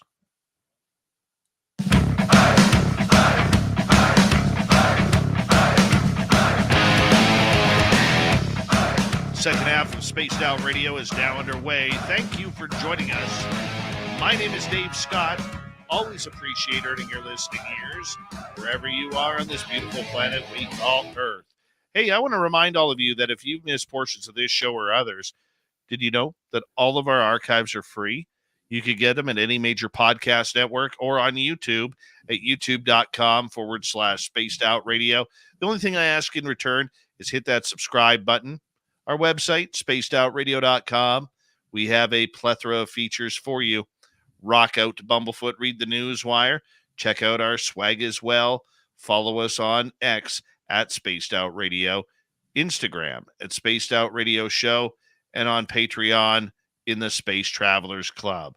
Final time tonight, Edward Monge is here. He's a director, filmmaker, looking for all things strange, paranormal, and supernatural. We appreciate you tuning us in tonight, Edward. Thank you for being here. You bet, man. Thank you so much for this amazing opportunity. What's your latest project? What are you working? Right now, we are in production with a documentary, docu-series. It's called Unknown Encounters. This is a TV series, I will say, because my idea is to bring it to TV. That's the goal, at least. It's related to UFOs, Bigfoot, NDEs, and alien adoptions. I thought of including some paranormal stuff, but we'll see. If something really, really cool happens, then we might include an episode of that as well. For me to do this is just an amazing experience. Not only because I get to know people, get to hear stories, but just shooting everything, with them, get to drink coffee with them, get to experience their emotions. Me as a director, sitting in front of this person, get the interview face to face. It means a lot. And I know that somehow it means a lot to them as well. I believe that we all have stories. We all do. But some of us or some people have better stories than other ones. You know what I mean? And those are the ones that I'm picking and putting into this documentary. I wish I can give a space to everybody, to be honest. But you know how it is, Dave. It really costs a lot of money to make a film. So you don't really have the convenience to put everybody. But at least I'm picking some people, the best stories that I could, and bring this hopefully by next year. That's my goal. Hopefully the summer or late fall, something like that. Unknown Encounters should be out. That's where I'm going with this. So we'll see. With your own alien encounter that you had, what were you looking for when you were looking for stories about alien encounters? Believe it or not, that was the first thing that I was looking into it. Aliens. Because again, I got that thing to me was just like a tattoo. That thing is still attached to me. And don't get me wrong, I believe in every other thing. Every single thing that you might say to me right now, I will believe. Because come on, Dave, this universe is huge. There's no way we are the only little people here. There's so many other ones. So aliens and even Bigfoots, all of these things are real. They're real.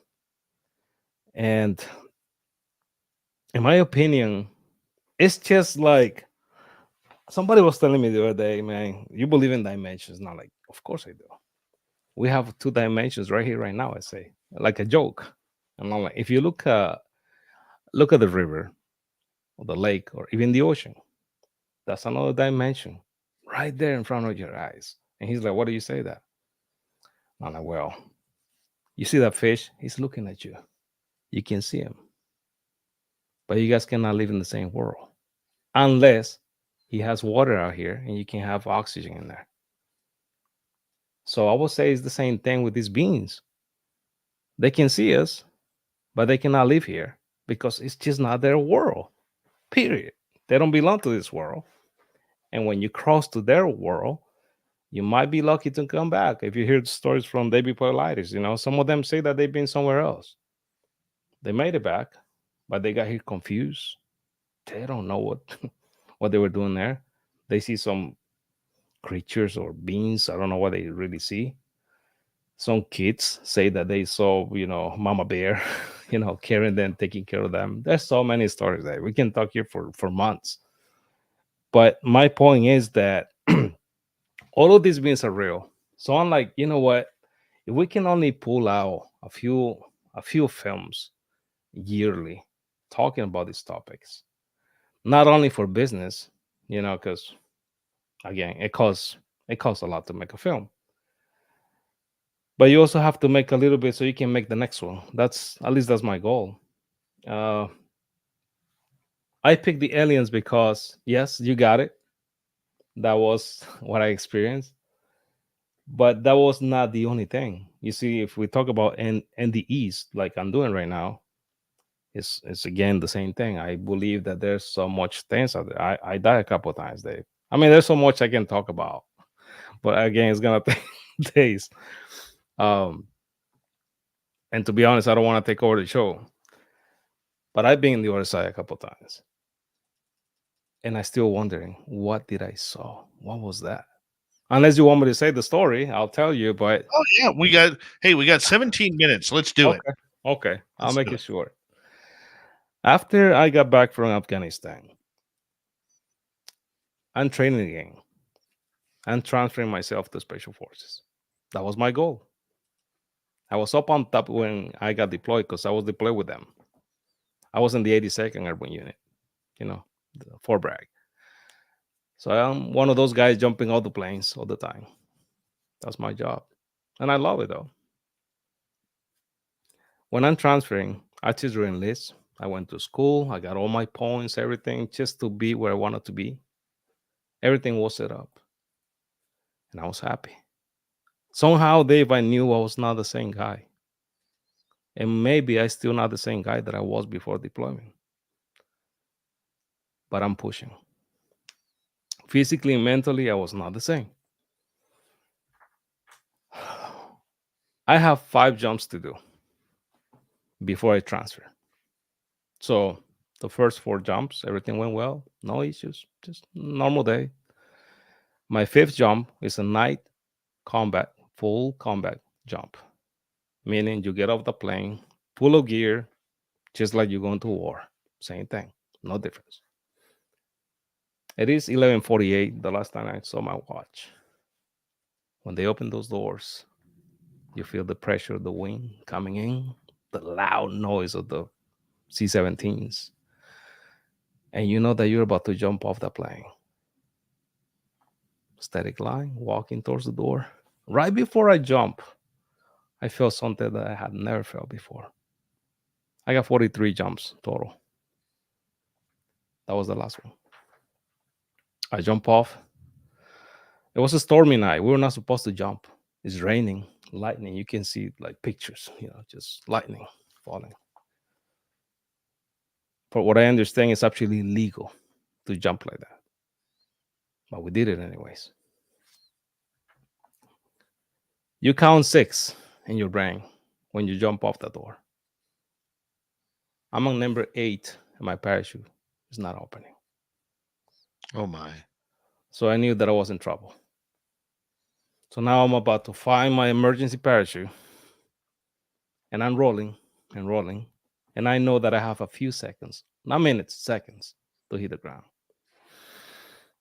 Dave, everything in my life, it's kind of like I saw a movie in a matter of 2 seconds. like all around my head.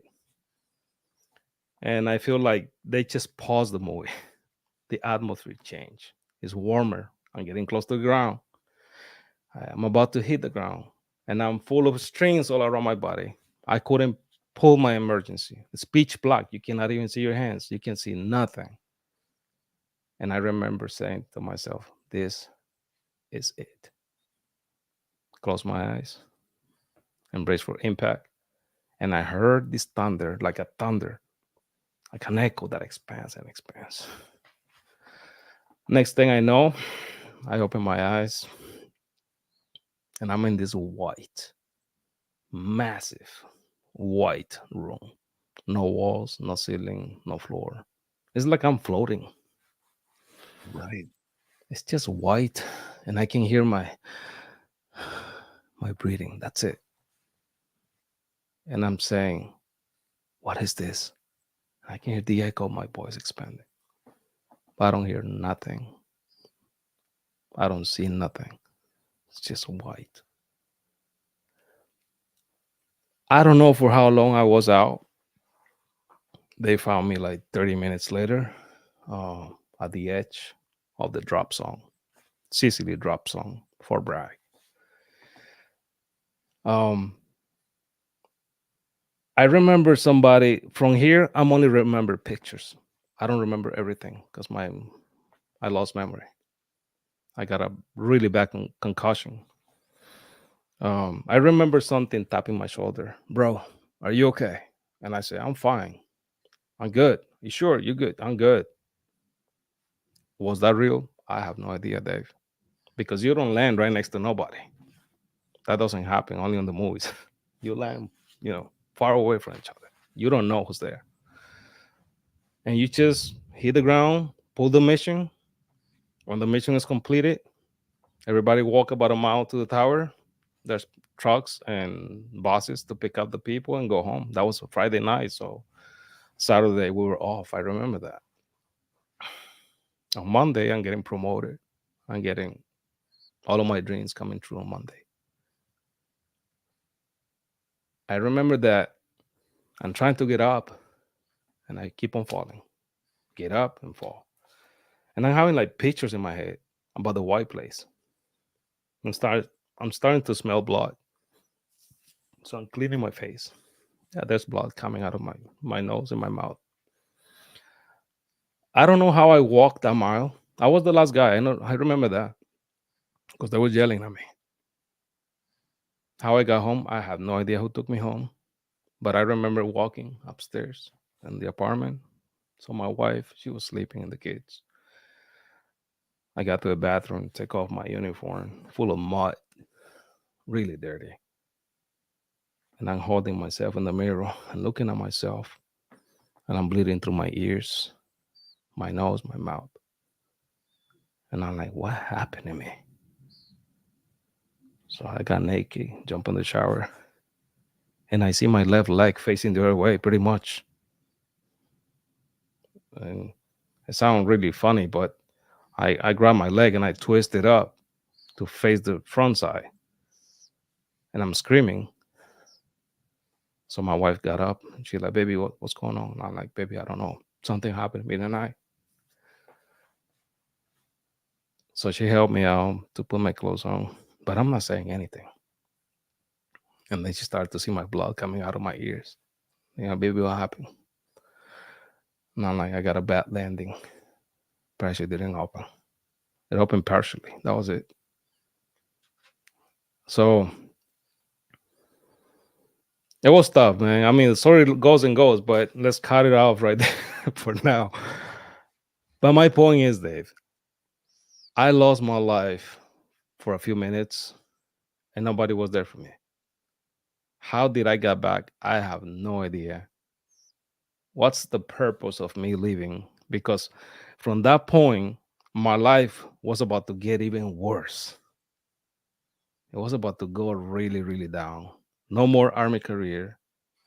I became a disabled veteran with a major concussion, loss of memory. I lost speech, hearing, vision. My left leg, they have to pretty much make it new. They were gonna cut it off. So I'm full of metals and cadaver parts and stuff like that. I might not look like I'm disabled, but I am. Um, and that's just the physical part. that's a joke. Now the mental part, that's the one that it really bothers me after that. I went through uh, a lot.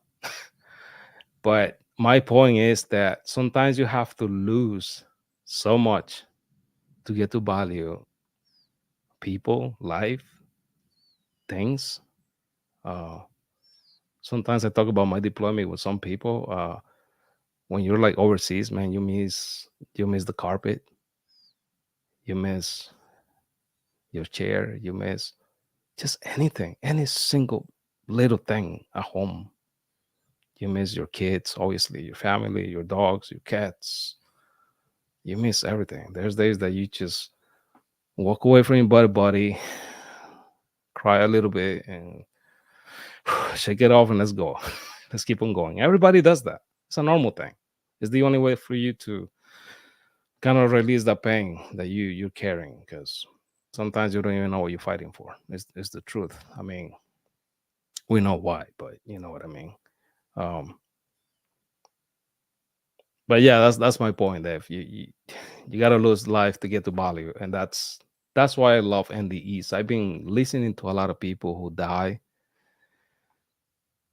and a lot of these people say the same thing. I was in a white, massive room. I got 360 degrees vision, which I did. I don't know how. Your hearing is so beautiful. You can hear everything. So I don't know. It's hard to explain, but it's like you get some sort of superpowers or something. You know what I mean? It's just different. So I believe that death, after all, is not a bad thing. That's what I believe. It might be painful for some people to believe that is a bad thing. Yeah, it's gonna hurt. Maybe not. But I will say that if that is what I experienced, my second time was in the table when I was getting this major surgery on the table. They I don't remember that one, to be honest. But one of the nurses told us that they lost me at the table. They have to bring me back. I have no idea. I don't remember that one. I just remember when they took me in, and I remember that I was telling my doctors, please don't cut off my leg. That's all I'm asking for. Don't cut it off. And I'm trying to even make fun of myself, even though I'm bleeding in pain. Put it like that, physically and mentally. I can see the lights, but they're taking me in. I remember they put anesthesia on me. I'm not falling asleep. That they have to tie me down, tie me like a crazy guy in the table, and put a mask on me. I mean, I got PTSD out of that stuff, and I'm not gonna lie to you. I cannot put anything on my face now. But it's just a beautiful thing, I'll say. Dying, I think, is a beautiful thing, because you get to experience something that you cannot compare with anything over here. You feel free. You don't feel like you're dropping from anywhere. You don't feel weight. You don't feel like any pain. I suffer from pain every day, physically, chronic pain. On my back got damaged. My whole back is so beat up. My legs, my head, everything. And again, I might not look like it, but I do. But man, I just push myself. I love adventures. I love going out there and just chase these beautiful monsters. And I'm trying so hard to catch one on tape. I hope I can do that before I die, for real. That's my goal. Well, you got to keep putting yourself in that situation, as we got just under 5 minutes to go tonight with you. Edward Monge is our guest tonight, movie director, looking into filming monsters. What's your dream when it comes to the monsters? Is it that up close personal shot? Is it the next Patterson Gimlin? What's your dream? My dream is that we can get united, man. That's it. I still want people to get as one. That's what I wanted to see, man. Everybody sharing their knowledge, their experiences, and one day we can sit down and say, man, we got it. Not in a bad way, but in a beautiful way. We got it. Get to learn from each other. Get to build that relationship between all of us as a human beings. Because I believe that if we don't have that mentality, and we're gonna keep on pulling strings from one to another, then we're not gonna go anywhere. Um, so that's my dream. I think I don't feel like I'm gonna be the next gambling, person. I mean, it'll be nice, but it's okay if I'm not the one. It's okay. Um, just let's keep on rocking, man. Let's keep on doing what we're doing. That will make me happy, Dave. This right here makes me happy.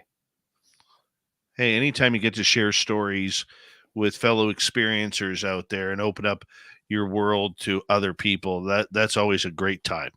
It really is. Now, considering you've had close encounters on a personal level, if you were to be a little selfish, do you want that one-on-one sighting? Do you want that close encounter where you actually see what you're dealing with? I would say yes. I would say yes because again, I think we need to understand a little more of what we're going through. Dave, we're lucky enough that we have this way of communicating and sharing. But how many people die already? They couldn't ever get the opportunity to share their stories, to tell their stories, and they were haunted their whole life. You know what I mean? There's a lot of people like that. So I guess we're just lucky. I'm lucky. I consider myself lucky, even though I went through a lot of stuff with this being that I experienced back in 1994. I think it's great. I think it's great what you're doing and what you're trying to accomplish. And I think, the fact that you're doing it to get it out there, you're not doing it for selfish reasons. And I think in our community, we see a lot of that where people are doing it for selfish reasons, trying to get on TV, trying to make a quick buck. But I think it's great. I think it's absolutely great. Well, thank you. Thank you for that, Dave. I've been investing from money and time into what I'm doing. And I was telling you earlier, I hope that I can get some support eventually because it gets heavy. It gets really heavy, especially when I'm directing and doing a lot of stuff on my own. Um, but I mean, it's okay. It's okay. I mean, God knows why. Um, I'm doing it because I love it. I'm doing this because it was my dream. And this is just the first episode that we're going to be releasing next year. Hopefully, this is going to open doors for us to continue on this journey. That's where we're going. We got about a minute to go here with you, and I want to say a big thank you, Edward, for coming on Spaced Out Radio tonight. It's been a lot of fun with you and a real eye-opening experience. Do me a favor, tell everybody in our audience where they can find your films, movies, TV shows. Sure. Oh, they can find me on Instagram, Facebook, just Edward Monge. Or if you go to Google, just type Edward Monge Films. But the easiest ways, if you want to see exactly what I've done so far, go to YouTube, just type triangle multimedia, and you will see that triangle in like a blue color channel. And that's where you're gonna see some of my material and also updates of the documentary that I'm shooting right now. I love it. I want to say once again, thank you for coming on the show. Thank you for educating us. And let's make sure that you have, all the success in the world in finding them monsters to film, my man. Thank you so much for the opportunity, Dave. Thank you to your viewers. Thank you, everybody. Absolutely. Edward Monge, everybody. And coming up next in hour 3 of Spaced Out Radio, Steve Stockton from Among the Missing. Then Travis William Moostus, the Cree Nation Monster Hunter, will be with us for the Cryptid Report. Spaced Out Radio with myself, Dave Scott, returns after this. You're listening to Spaced Out Radio. with your host, Dave Scott.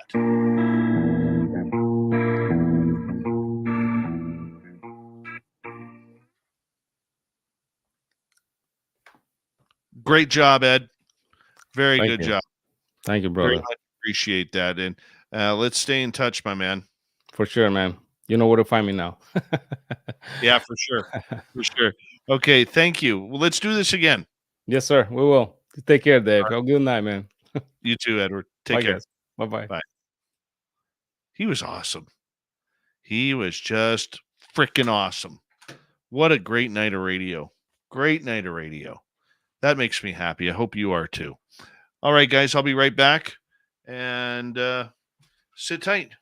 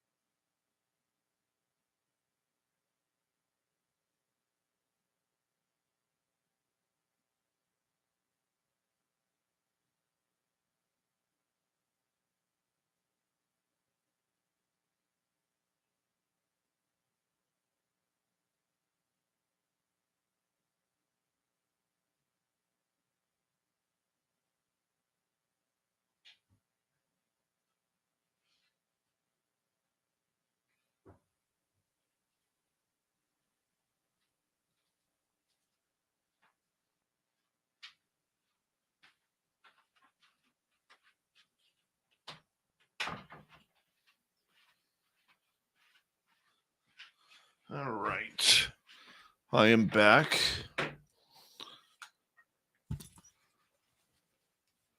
To Mothman trying to make my chair move. How we all doing tonight? You're pissing me off, Evan Walters.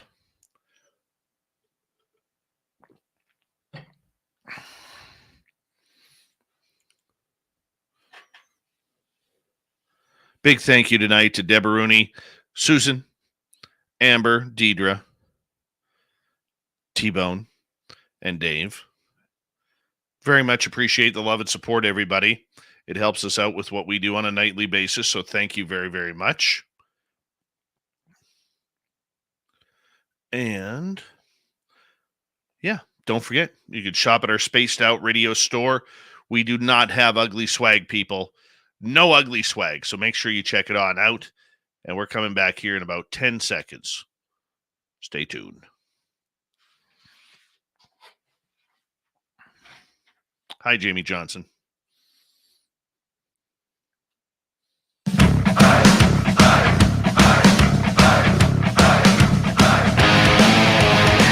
Here we go at the third and final hour of Spaced Out Radio tonight. Thank you for joining us.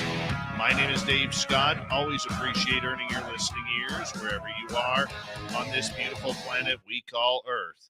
Reminder to all of you that we really do appreciate you tuning us in on our terrestrial affiliates around North America and digitally on Odyssey Radio, TalkStream Live, and KPNL. All of our archives are free. Join us at youtube.com/Spaced Out Radio. Do old Davey the favor, hit that subscribe button. The Desert Clam has set the password for tonight in the SOR Space Travelers Club. Whiskerondo. Whiskerondo is your password. Use it wisely, Space Travelers, as the Clam sets a password each and every night right here on Spaced Out Radio. Our website, spacedoutradio.com. We have a plethora of features for you. Rock out to Bumblefoot, read the news wire. Check out our swag as well.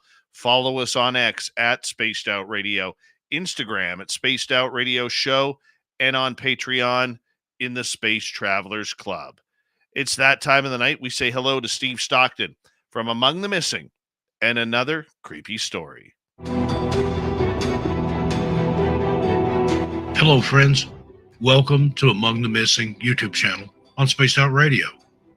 I'm Steve Stockton, and I'm about to take you on an unbelievable journey of people just like you. Their stories and encounters will haunt us on Among the Missing.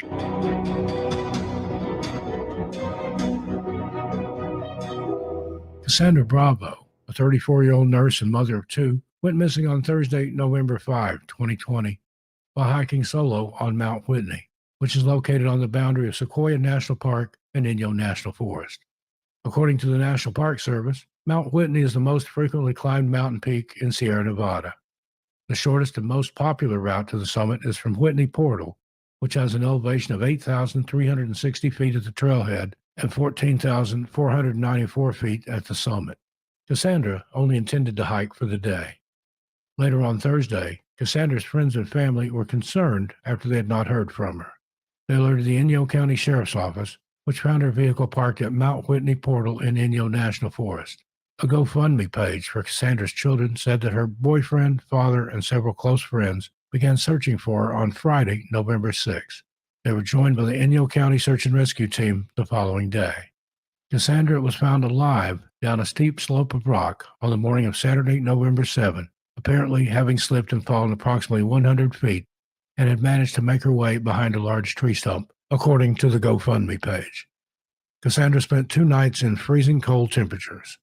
According to the Inyo County Sheriff's Office, she was wearing only a tank top and leggings amid freezing temperatures and a wind chill of minus 20 degrees Fahrenheit. She was airlifted to a local hospital, but sadly succumbed to her injuries. Those of us that knew Cassandra knew she was a fighter and strong, the GoFundMe page said. We know she fought to stay alive. She was an amazing nurse. She leaves behind her 2 beautiful children whom she lived for. She was an amazing person with a take-it-or-leave-it personality that really enjoyed life, the page said. Next, we have Mitzi Sue Susan Clements, Great Smoky Mountains National Park. On Tuesday, September 25, 2018, 53-year-old Mitzi Sue Susan Clements of Ohio went hiking with her daughter on the Forney Ridge Trail in the Great Smoky Mountains National Park on the border of Tennessee and North Carolina. According to the National Park Service, she was last seen around 5 p.m. that day. According to Jelena Campbell, spokesman for the National Park Service, who spoke to WATE-TV Knoxville, the pair were returning from Andrews Bald. The 1.8-mile Andrews Bald Trail is considered to be moderate in difficulty, with an elevation change of around 400 feet from the parking lot up to the point where it descends to the Bald at 5,860 feet elevation. When they were about a quarter mile from Andrews Bald, Mitzi's daughter walked ahead of her for a short while since she was a faster hiker. They made plans to meet at the parking lot, but Mitzi never returned and was reported missing.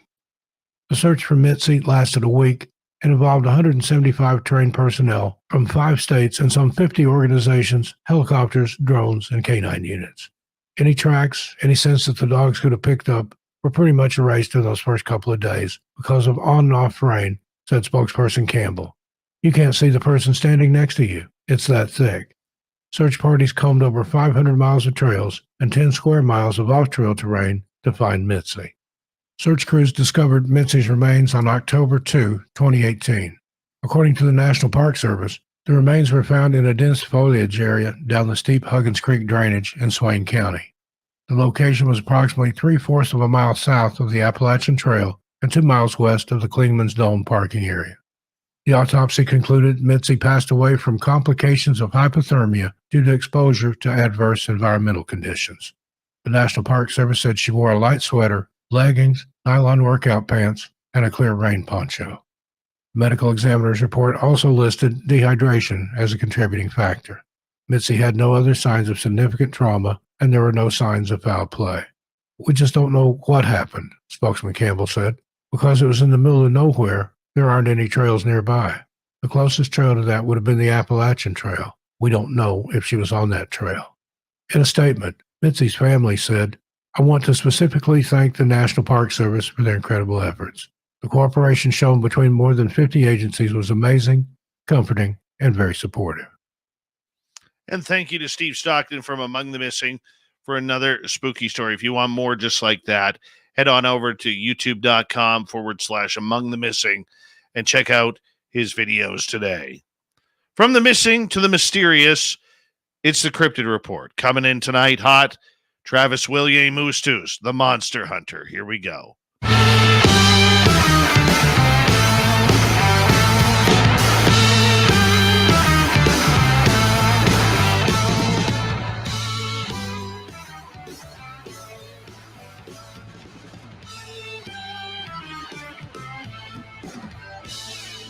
All right, Travis William Moostus, the prize of the Cree Nation in northern Alberta, Monster Hunter for his people. Always appreciate you coming on in, Travis. How you been doing? Oh, I've been excellent.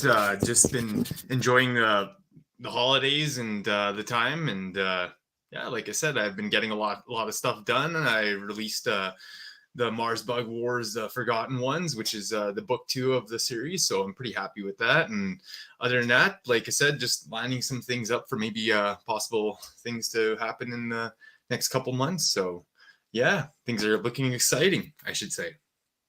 We just had Edward Monge on the show talking about his filming of cryptids, monsters, and really searching for the legends that seem to haunt people around this world. I was going to say this province, but no, he's in the United States. They have states there, not provinces. I would like to know and kind of combine monsters and aliens. Do you think that there is a connection between the two, and how do the two affect each other? Well, yeah, it's definitely all connected. Like it's all one. It's all in the universe, right? In this reality, the light and the dark, right? And then, like I said, there's that balance in between. As when it comes to ultra terrestrials and extraterrestrials, you know, there's just that level of frequencies that just make up the difference.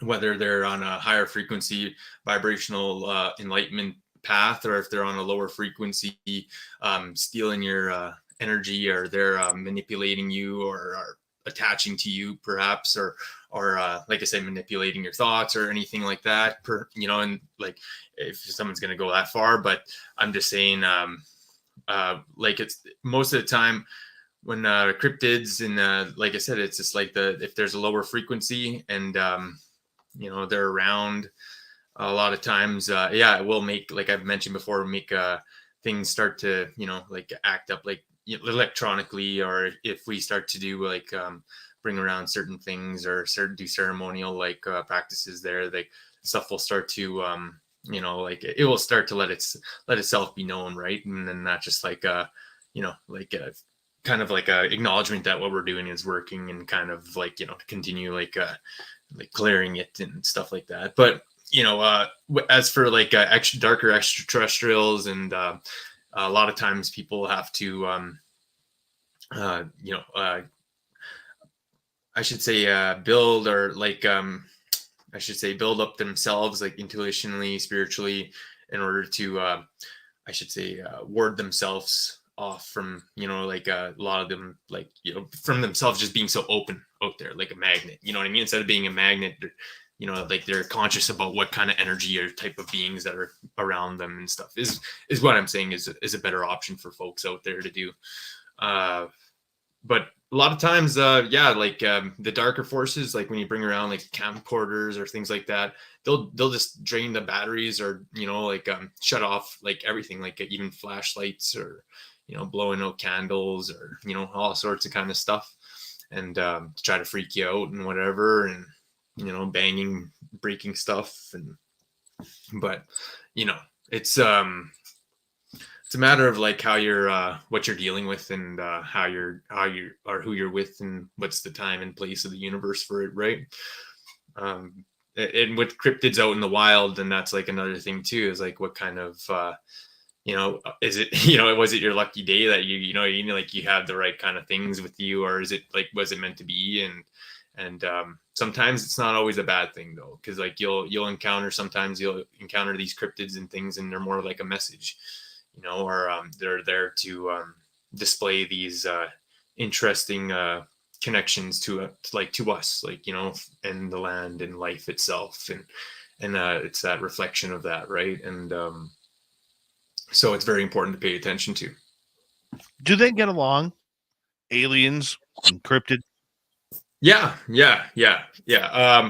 There's a lot of different kind of insectoid beings, and different kind of like beetle kind of dimensional beetles that try to work alongside of darker extraterrestrial beings that look to harvest and take from human beings, I should say, life force. And then there's other kind of beings out there that wish to absorb just the life of our whole reality altogether. But let's not get into that right now. What is the and the honest good of this reality is like there are other beings out there, and like I said, there is a balance in between it all, and a lot of folks out there, and good people connected with the universe, and that are meant to be, and to do these things will be there to like kind of, like I said, close these parts or portals down, or things down, or like or deal with these things on that level. But most of the time, when it comes down to like I said, a lot of darker forces, they will align and go together, and try to make some sort of like kind of like team or whatever in that sense. But a lot of good forces, like I said, like the goods, and like there's always a balance, right? So it's like kind of like there's always that clash there, but it's always it's always like the story goes, right? The light usually takes over, because it just obliterates that that essence of that darkness. That frequency just can't handle it, right? So, and with a lot of the extraterrestrials and Bigfoots, there's been a lot of that too. Like they'll be around in ceremonies, and there's been times when like their spirits have both like showed up or been there, and when it comes to like the earth and the animals and and the extraterrestrials too. Like I know like a lot of extraterrestrials, they love to eat the forest animals as well. Like there's a lot of stories about them. Like the elders, like, you know, they'll talk about how they'll come and just beam up a moose from the creek and and you know, take that with them, you know, and you know, so there's some of that, like, you know, and you know, so there's like, you know, they live like, you know, some of them have that same diet, like they'll eat meat, and you know, like a lot of them are like humans, and I've shown that, I've displayed that in a few of my books, like the Pleiadian Guidance. There was one of those one where it featured a lot of extraterrestrial beings, and a lot of them, like I was showing a lot of hands and a lot of feet and a lot of like I said, just like the like of like the figures of these beings, right, and how they were like very human, you know, and very you know, like I just said, more or less like us out there, and like when we get out there, we're just going to be just as alien to them, you know, and that's just part of it, and the future of us. Okay, and these beings that we call aliens or extraterrestrials, I'm curious, how do they interact with the cryptids like Sasquatch or Dogman? Because I've heard stories where Bigfoot really isn't a fan of a lot of the extraterrestrial presence on this planet, number one. But number two, even my own encounter last year, it was like the Sasquatch was warning us that there were ETs in the forest. Yeah, if there's danger to you, you know, in like there would be messages that would come your way to, you know, stay away from them. But yeah, like a lot of times Sasquatch has a lot of problem with a lot of the current the other darker extraterrestrial beings, and but they do have a lot of connections with the other higher frequency beings, and they're able to go on those healing dimensions and actually able to like communicate, and yeah, that's what I mean. It's like they're bringing forward that energy, and they actually do like communicate and connect on that higher frequency and bring it back. And there's been a lot of times where people, like I said, just received a lot of healing from them, and were able to continue their path in the journey in the forests, and or they'll be there to protect and stuff, and help guide and or help, you know, show them that way, or the portals are connecting them through. There's been a lot of that, but yeah, it's like you know, they've been like the ones that are on a higher frequency, though, they are, you know, they are connected with as well, and they do go meet them in the stars, and or they, like I said, the elder said they'll connecting within the orb energy and be able to just go into the sky, and then that's when they say they go and recharge their healing powers or healing energy. And it's like it happens like when the full moons are out and different times of the year, and it's like the energies are very frequent, like the frequency is very high, so like, you know, the northern lights are across the sky and stuff like that, and you know, it happens.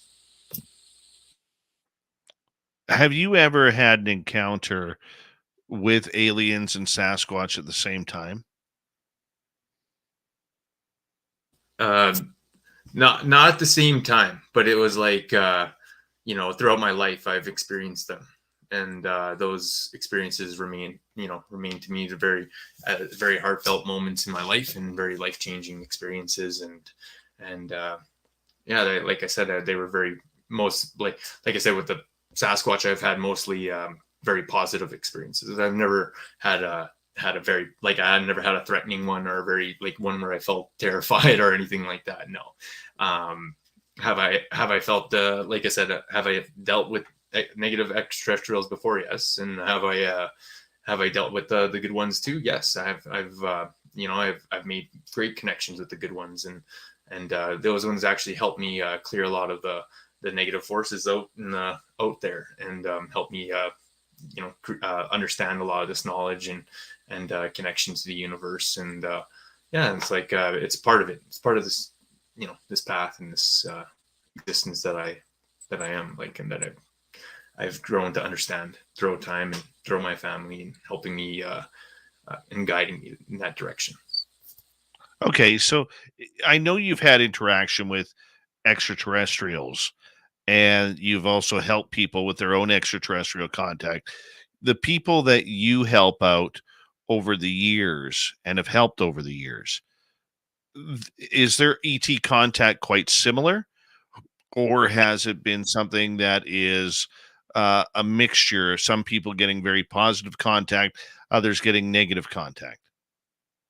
There's actually been a few people, I was doing a lot of readings for them, and I was getting a lot of like extraterrestrial beings that wanted to connect with them and talk with them. And so I was telling them that, and then they actually went right out of their way to seek it, and they actually did a ayahuasca trip, and they came back and they responded, and they're like, yeah, I met the extraterrestrials, and I, you know what I mean, like they told me all this stuff about my life, and you know, and then I was like, oh, okay, wild, and like, you know, I listened, like, and I was like, so yeah, like, you know, it was meant, you know, it was meant to be, and these, you know, like they were like, yeah, it was like, so you're right, they're like, you're right, I needed to hear all that, and there's, you know, they were happy about it, and you know, it put them at a center of peace, right, with the universe and understanding, and yeah, it was like, for me, that was a good confirmation, you know, and but there's been people like who've been afraid and tripped out about like you know, their experiences in the you know, in the other side, or the, you know what I mean, they're like, yeah, I don't know, like I don't know if I really want to, I think I'm just, you know, they still kind of like they still are on the fences about it, and but you know, people are, you know, like, you know, over time, like as it starts to, you know, go on and stuff, but people have come back and they've talked to me more about it and said, yeah, I remember now, and you know, like you know, it was a strange experience, or I was seeing these stars, or you know what I mean, like it was, you know, I was hanging out, and that's like, you know, those ones of, you know, those people, like I just take it in and go, yeah, okay, yeah, and I start to explain some more about, you know, the current situation with UFOs and ufology, where it's at, and just showing them some of these cool things that I've captured, and it kind of helps people and opens them up, like for their own experience, and you know, even sometimes like they'll bring over, like they're like, yeah, even my grandmother's seen this, and they tell me the story about this wild thing, and you know, so I'll take it all in, and you know, I'll listen for similarities in the sense of like what could be this why this area, or these, you know, us, or the people, or you know what I mean, like this what is the drive for, what are they really after, right? Like, is it a resource thing, or is this a spiritual connection thing, or is this like this that high energy focal point area of the world, or is it just like, you know, they just there's like some old portal that existed here a million years ago? I don't know, you know, I'm still like trying to figure that part of like of that question out, but I do know that they are always visiting, like I said, like they're always visiting our elders and stuff like that. And for me, the connection with our people, like it is a connection that goes back thousands of years, but it's like for me right now, a lot of these individuals that come to me, they don't practice a lot of the ceremonies or the traditional ways. So it's like, I'm wondering, like for them, is it a connection thing for them to awaken, or is it a connection thing for them and then what, like, you know, for them to come to me? So like, I'm just like thinking in my head, like in the best ways that I can help them, right? And when it's in that point of the investigation, and, you know, so I start to show them some things, like help them out, or if they need me to build some of these structures to keep them safe, you know, I mean, I do that. And but like, as for you know, like if it's somebody I know, then they practice, and I'm like, okay, well, it's time for you to understand that it's ceremony time. You know? Travis William Moostus is here for another 30 minutes on the Cryptid Report here on Spaced Out Radio. We love our man from the Cree Nation who goes monster hunting, looking for everything from aliens to Bigfoot to every ghost in between. Spaced Out Radio continues with me, Dave Scott, right after this. Stay tuned. This is Spaced Out Radio and your host, Dave Scott.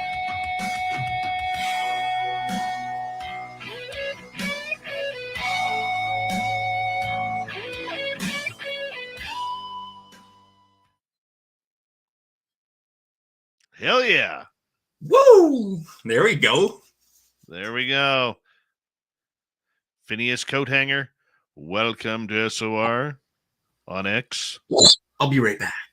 Yeah, no problem, buddy. Are there any signs or cues to look out for regarding portals or traps in the forest? That's a good question. I will get that. I will get to that. So just bear with me, bud.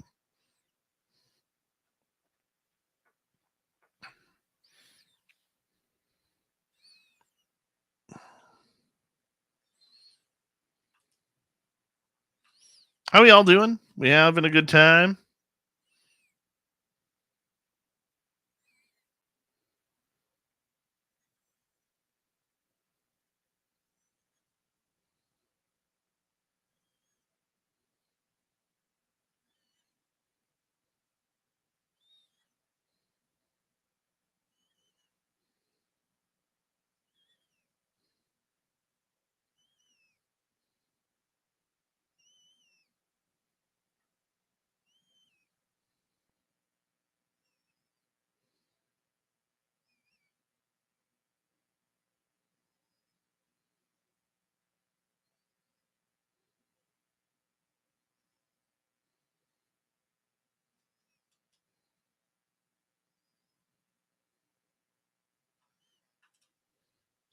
Thank you, Mike Bothwell.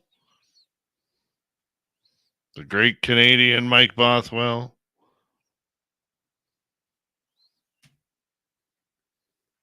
Love you, Vanessa. Thank you, Ozzy Ange.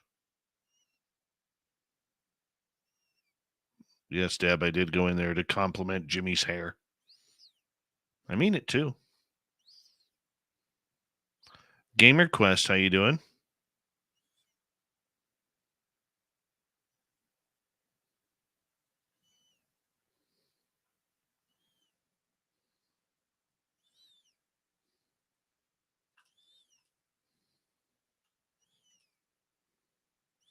Morning, Castle Dude.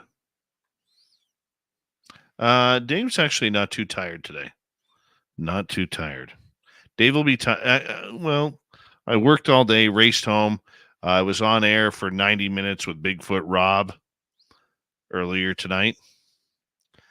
And then went right into this show. So, yeah, I guess I'm worn out. Excuse me. And tomorrow I'll go to work, then go to the gym, and then come home, have a shower, and do the show.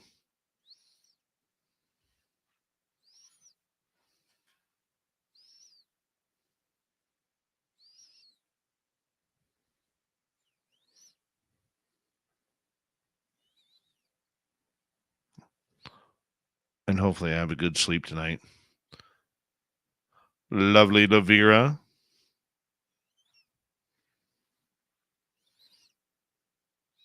Yeah, so what else happened? Oh, yeah. I forgot that my beard was getting thicker and my nose plugs for my CPAP machine weren't working properly. So that's kind of why I've been tired lately. F you, Zeddy! F you!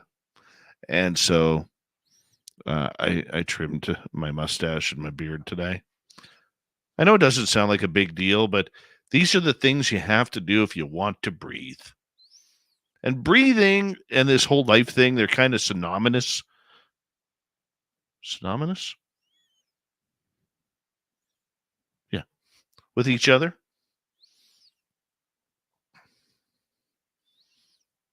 Big thank you and love tonight for Susan, Amber, Deidre, Deborah Rooney, Mike, T-Bone, and Dave for the super chats. How you doing there, Frankie, over on Twitch? Look at Travis William Moose there. That guy right there that you're looking at, he bench presses 380 pounds 20 times. 20 times.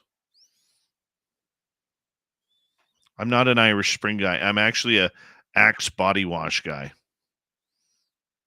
Yeah, I like the Axe body wash. Yes. Lightweight. Good stuff.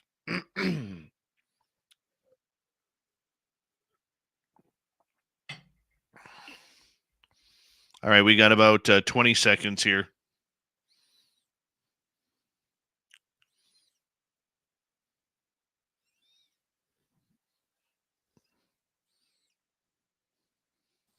Right on. Thanks for having me on again. Once, like, I just, Always, buddy. I like our chats. They're fun. yeah, I've just been having a great time as of lately. All right, buddy. Here we go.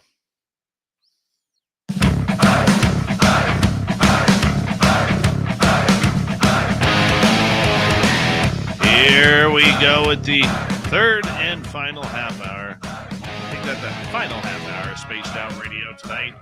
My name is Dave Scott. Thank you very much for joining us.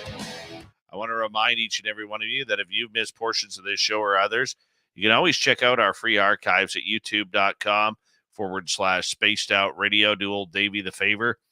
Hit that subscribe button. Our website, spacedoutradio.com. We have a plethora of features for you. Rock out to Bumblefoot, read the news wire, check out our swag as well. Follow us on X at Spaced Out Radio, Instagram at Spaced Out Radio Show, and on Patreon in the Space Travelers Club. Here we go. Travis Willier Moostus with us. He is a monster hunter here for the cryptid report that we are doing right now. Got a couple good questions for you from our audience here, Travis. So we're going to kick things off right off the bat here. I love this question coming from X from Phineas, who is asking, are there signs or clues to look out for in regards to portals or traps in the forest, bad fae, etc.? Sometimes you can see like it will mess with compasses, or it will disrupt a little bit of electronics in a sense.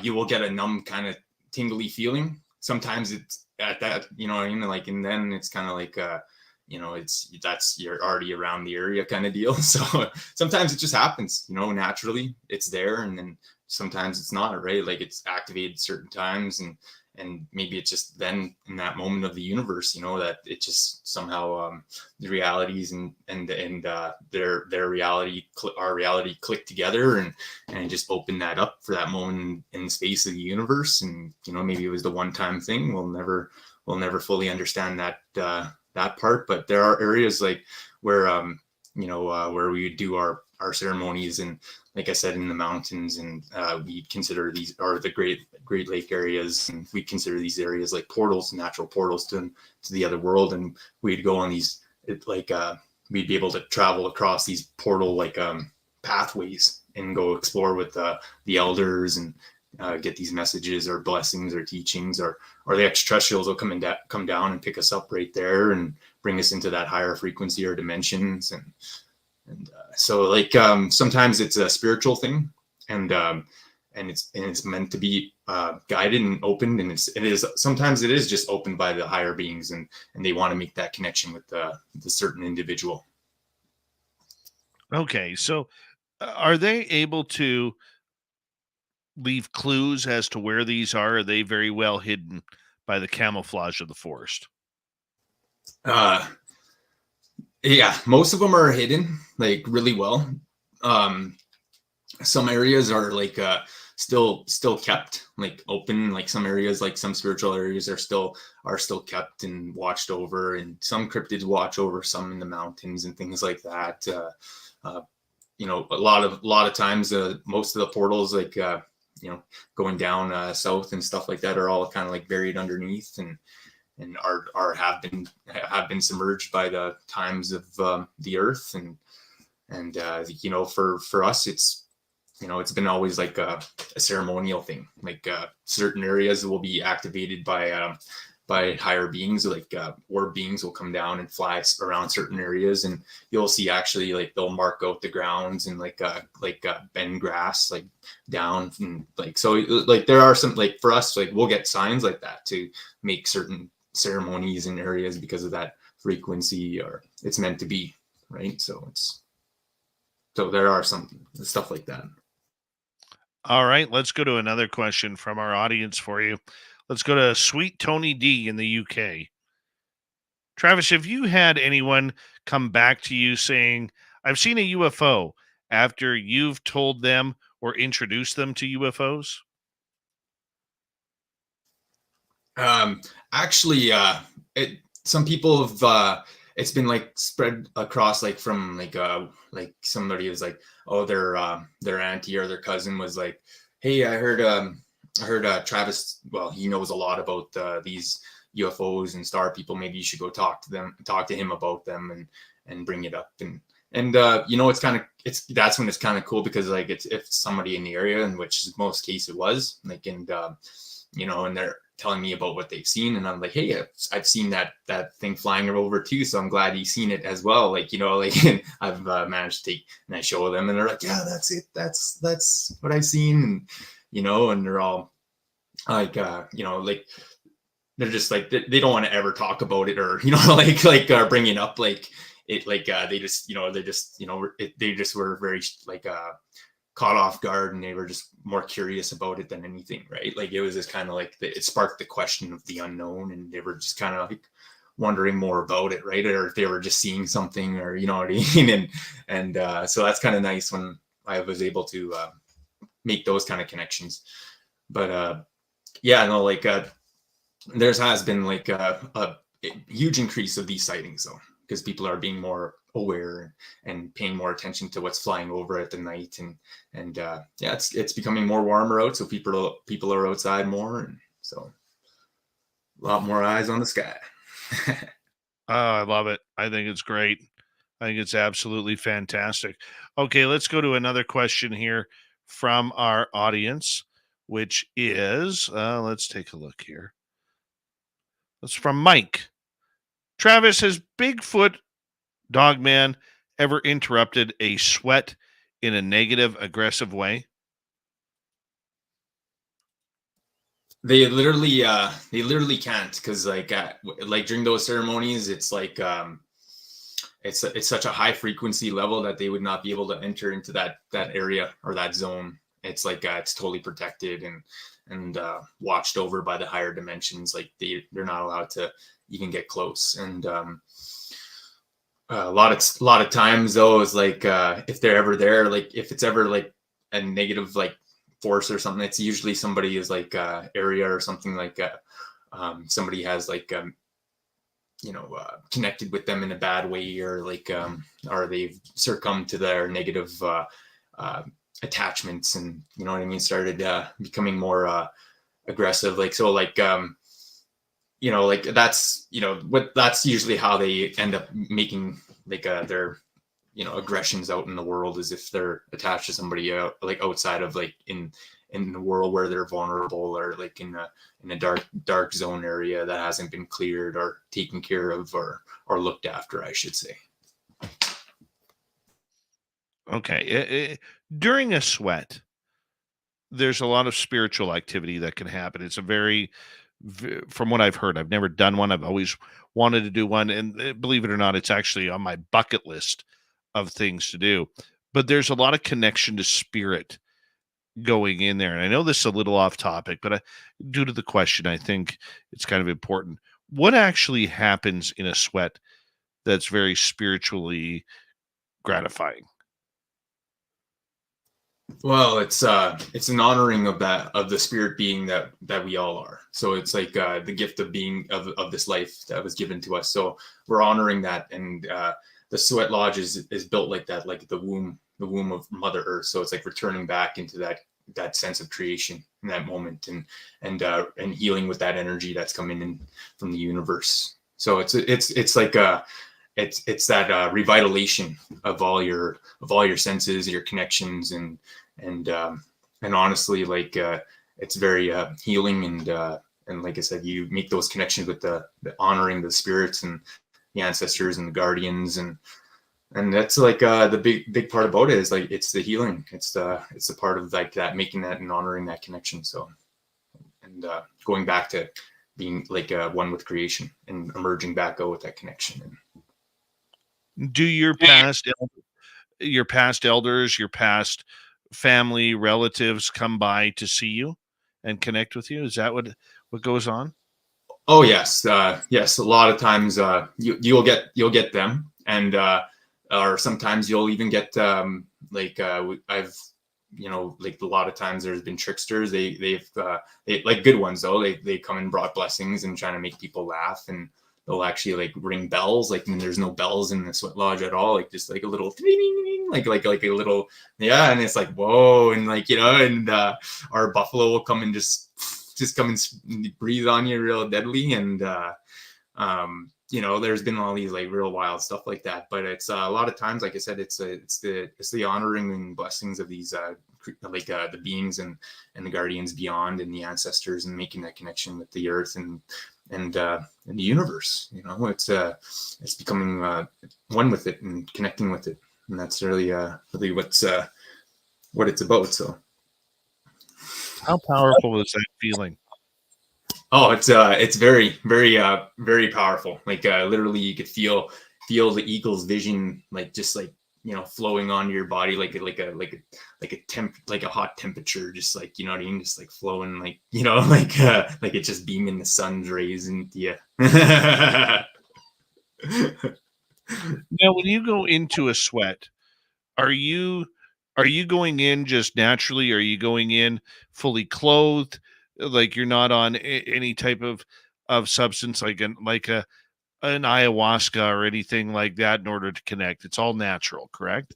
It's all natural, and yeah, you're going in. Yeah, you have to wear shorts, and you wear your women will wear their like a gown or like kind of deal, and or like those kind of dresses, the like the star dresses or rainbow dresses or rainbow skirts or ribbon skirts and stuff like that, like that kind of stuff they'll wear.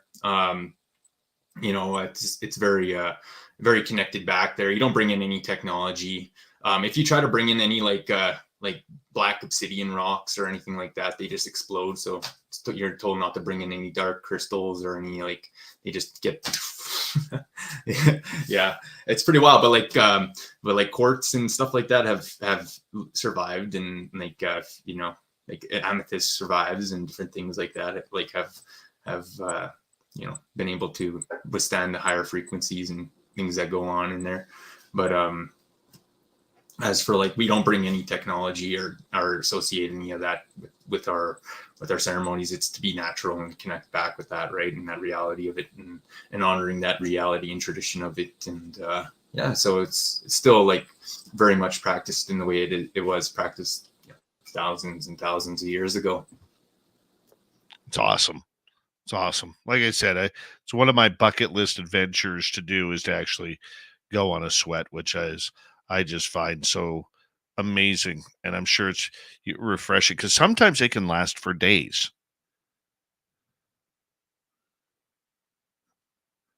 Yeah. Oh yeah. Yes. Days or years, like a lot of times these connections and stuff, you'll carry them with you into life. Like I said, you're merging back into your walk of life with with this guidance and alignment with that, right, of that light, and honoring that light. So it's a very beautiful thing. It's a wonderful process. Do aliens or cryptids ever come join the spirits within the sweat? Yes, I've had that experience. I've had the ultra terrestrials, extraterrestrials, like the higher frequencies.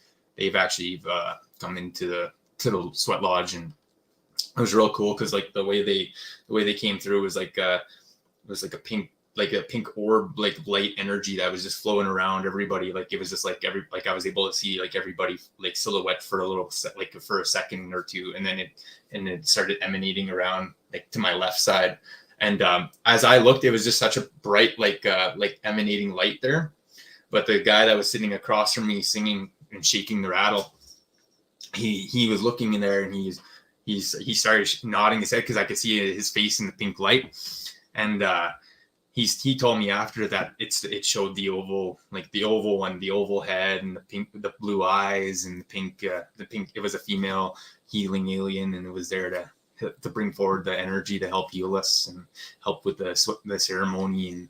Then after that, after our song and our prayers and stuff, it just like went back, like it was just gone, like everything was just like it was just like, you know, back to the sweat lodge how it was. And then after you know, the ceremony was like, you know, like the medicine man was like, all right, you can open up the door, like bring in more rocks, and you know, the Scott goes, he was bringing in the rocks, and he's a good friend of mine. And he was telling us, he's like, you should have seen it. And he was like, it was the most amazing thing. He was like, it was this cloud, and it just flew over the sweat lodge, and it just, this distortion came down from underneath it, and it just like looking at like a horizon with a heat wave, but it was just like right there instantly, and just like the trees were just waving, like the poplar trees are just waving. And he is like, it was just like seeing like I was dizzy or whatever the way he described it, right? And I was just like, yeah, that's how they're in the cloud. Like the ship was like their ship was in the cloud, or their cloud was the ship. Like they were just that energy. They didn't even need like a physical metal ship. They was just in the cloud, like was their ship, and natural world, like energy and the power of the universe, right? Well, I hear you. I hear you there. As we got about 5 minutes to go here on Spaced Out Radio with Travis Willier Moostus on the Cryptid Report. Getting back to monsters and legends, you know, are there certain times a year where certain cryptids come out of the woodworks to make themselves known? Like, I know we're in a time of year where Bigfoot is going to be more active. What else has started to get active? Yeah, we get a lot of the little, like not only the bad ones, but you get a lot of the trickster ones as well too. You got a lot of the foxes running around, the coyotes, and you know, they're around, they're showing themselves in significant ways, and you know, it's always a message when you see one, and depending if it's male or female, and you look at it in that natural world, and honoring them. And but yeah, no, like you get a lot of that going on. You also get a lot of the waters reopening and unthawing, so you get a lot of the, you know, the water beings coming back, and you know, they're hungry and stuff, so you get a lot of that going on. And yeah, it's like it's all part of the whole process of like just the reawakening of all the animals and in general, right? So it's all kind of like active, becoming more active just because of that, right? And all the birds are returning, so you got a lot of that going on. And so I was just saying hello to some geese there the other day, flying overhead. I was like, welcome back to the lands. I'm actually waiting in my area because we're a couple of weeks away from the pelicans coming in. We get pelicans here. This is where they come to breed. Woo! I love pelicans, and then we get a lot of the blue herring out here. That's what we see, a lot of that. So it's a lot of yeah, it's cool. I love those kind of prehistoric looking birds, and I like their whole vibe that they bring with them. Right? Yeah, it's pretty amazing. It's pretty amazing, that's for sure. You know, and I am you know, looking at these subjects you know, with such an open eye right now regarding everything that kind of goes on. When you look at you know, the cryptids that are starting to become more busy this year, are there any odd ones that we should take note of? Yeah, like so you know, if there's anything like you know, too dark going on, you get a lot of those you know, like goat mans and different kind of goat beings, you know, that lurk around the highways and following people that are under the influence home and stuff. And you have a lot of you know, at this time too, like if anybody is out there around the waters and the rivers and stuff like that, they might encounter some of the little peoples, but like you know, to always respect them, and just to have you know, just to keep your you know, keep the distance, and or just respect their areas if you come across any of their houses or anything like that. And yeah, well, so let me stop you right there. How would we know if we came across little people housing? So a lot of times, so there's a various assortment, and the ones normally you can find or come across are like riverbed ones, like on the river sides, or are located like adjacent to like large lakes. And some people might find an old one and think it's an old nest, because it's kind of like they look like a little bit like nests, or like even like sticks that are kind of like how should I say it, like branched over each other, and like it's like very structured and kind of a like it almost like a dome-ish kind of like home. And sometimes like it varies depending on where they're at, right? And a lot of times too, they'll just be in the woods, like in the stumps and in the trees, and sometimes they're high up in the trees, like real far up. And it all depends, right? But like a lot of times people find the ones that are near shores, or like the lakes, or like the rivers near their riverbeds and stuff like that, and or riverbanks. And so just to respect that and not to mess with them, because like if you do that, then you know what I mean, like there's really no stopping them. Like it's kind of like SOL at that point. Oh, I hear you. And I appreciate you coming on in to Spaced Out Radio once again, as you do weekly here with the Cryptid Report. You're so good at it, Travis. And I know our listeners are real happy to hear your stories and information. I'm so happy I can, you guys give me this opportunity to come on here and speak and set a lot of these viewpoints and, things straight. I'm more than happy to, be a part of the program and, share the, insight on some of these teachings and things that we do and practices spiritually, and how we have some of these outlooks on the Star Nations, Kokosak, or the Akakosak, the Skiki. It's very, it's a very unique subject, and I'm so happy I got the opportunity to share it here from our Neo and Neowak perspective. So thank you there. Well, Travis, we'll talk to you next week on Spaced Out Radio on the Cryptid Report. It's always good to have you here as we say hello to Mr. Ron Bumblefoot Thal, rocking in the background with Little Brother is watching. Bumblefoot is the official music of Spaced Out Radio, rocking us in and out of every single show. Get your horns up for the guitar god himself. Special thanks to everybody listening in at work, at home, in your cars, wherever you may be.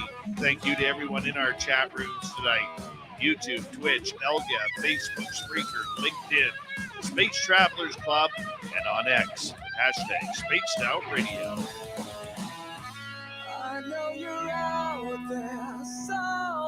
Remember, this show is copyright by Spaced Out Radio and SOR Media Ventures Limited. Thank you so much for choosing to share your evening with us, because together, my friends, we're watching. We own the night. Mr. Bumblefoot, we need a favor. We need you to take us home.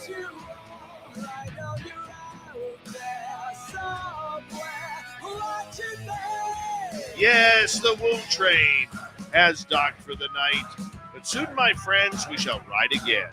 Seats are always available. Your tickets never expire. And if you want to bring a friend, we've got room for them too. Good night.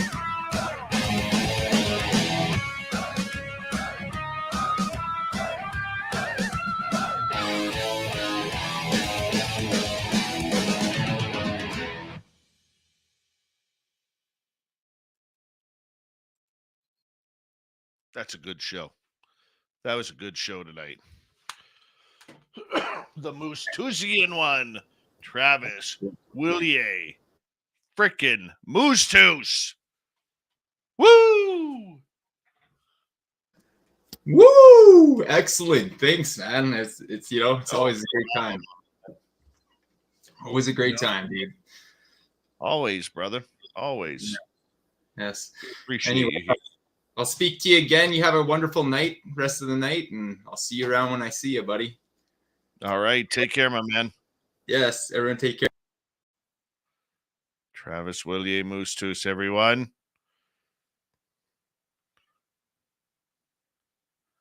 Phineas, I couldn't agree more. Nicholas Talbot, how you doing? Welcome to SOR chat. All right. Downloading. There we go.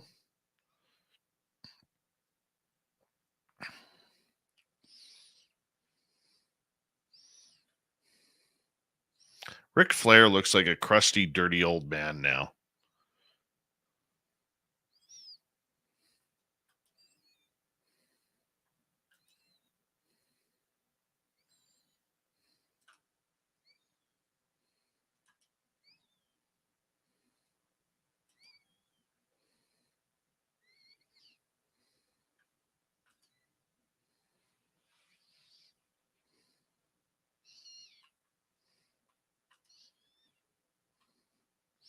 Who's Ric Flair? Say crusty, dirty old man, and all of a sudden Deb's ears pick up. Who? Who? What? Who? What's that all about? Dave, fill me in. Fill me in. Not tonight, Deborah Rooney. Not tonight.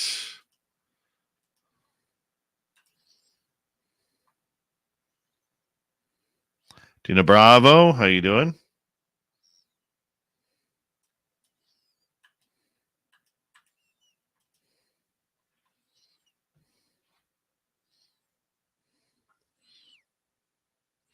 Oh, by the way, as of today, no more VIP tickets. No more VIP tickets. Today it's April 10th now. And if you haven't got your VIP tickets yet, you got to get them soon. You got to. I think I cut that off. Son of a gun. Okay, Mangi is here. What an incredible emotional story on how he started covering the supernatural, the cryptids, the monsters that walk among Little us Mikey Bothwell, on Spaced thank Out you. Radio. We will be right back right after this.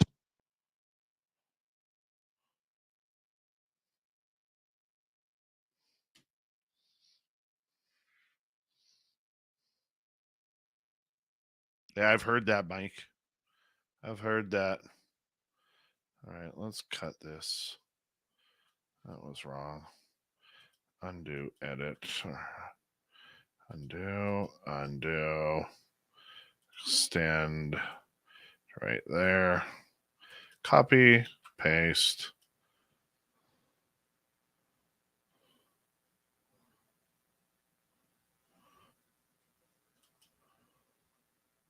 If you love your woo, it's time to make a commitment to the 3rd annual SOR Fan Party.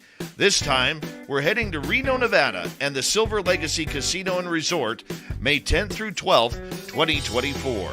Tickets are $60 or $100 for VIP. With that, you get a free radio show. You get to hang out with celebrity guests from Spaced Out Radio, including our team, who are coming to hang out with you. You get to meet the entire team, like Science Bob, Merle, Melinda Leslie, Geraldina Roscoe, and more.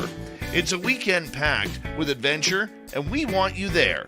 After all, we're doing this for you. Find out more and get your tickets at info@spacedoutradio.com and book your hotels today at the Silver Legacy Casino and Resort in Reno, Nevada. Come join us for the SOR Fan Party, May 10th through 12th, 2024. That's like now. Well, pretty close to now.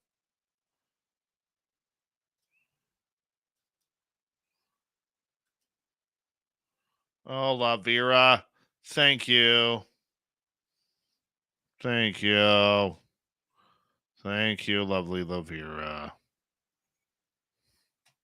Appreciate that. I'm like in slow motion right now. Jessica Davenport, how are you? That voice almost sounded like Dave. Yes. Like, what's with my hair right now? Like, there. If you're going to rock star, at least make it look rock star.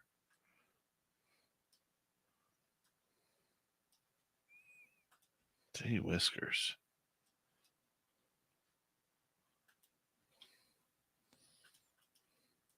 I had tacos for dinner tonight.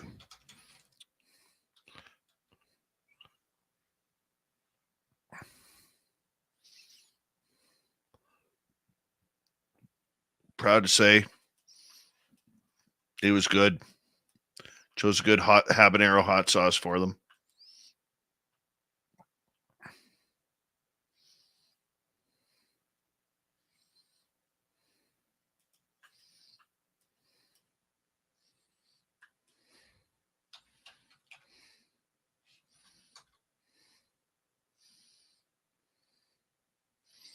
No, I like my hair, Timbo. Although it is at the point where it's getting a little long again. I don't want to go long again.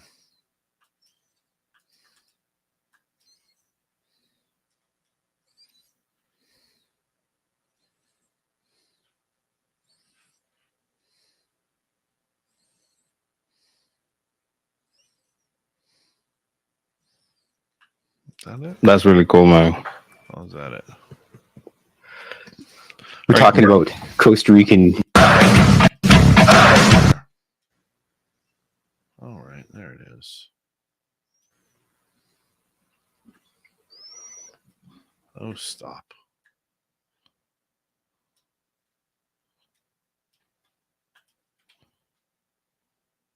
Thanks.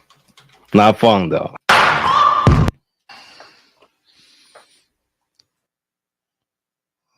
There. Cut.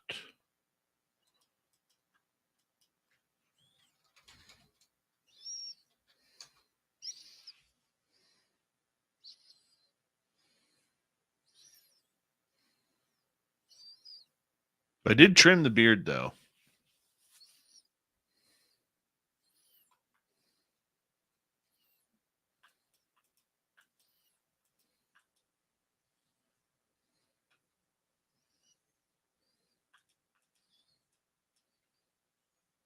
Did they tell you, Tim, long-haired hippie people need not apply?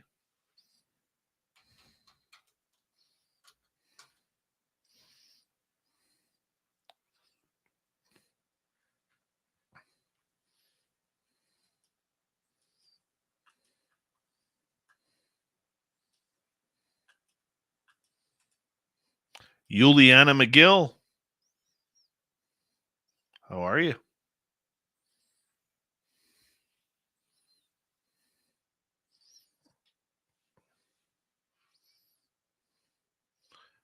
Juliana. Juliana. With a J. Ah, for goodness sakes. Cut that. That should be the beginning right there. Yep.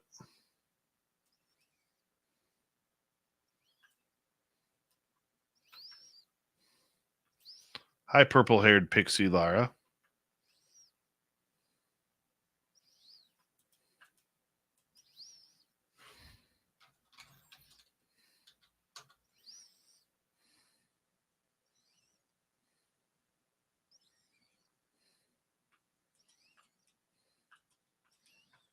Seems like it's taken me forever to edit tonight. Don't let the power of the hair scare you, Susan Cano. Look at this. I'm mesmerized by your silver hair. I love it. Thank you. What a kind thing to say.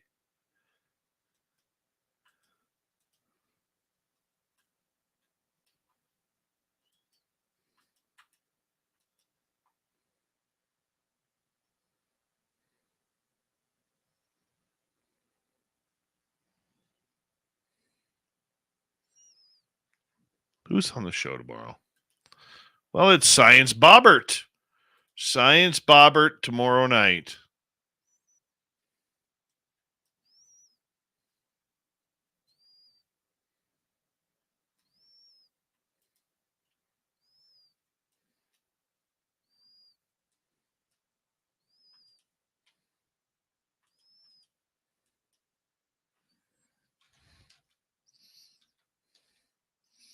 I think Simeon Hine is going to join us tomorrow.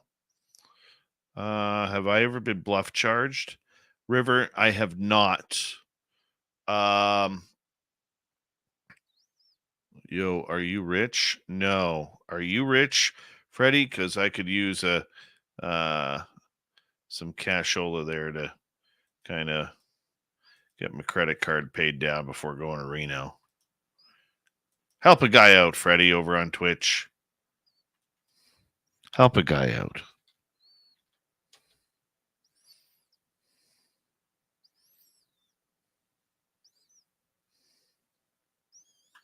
I forget what I was going to say. Oh, the bluff charging thing. No, I've never been bluff charged.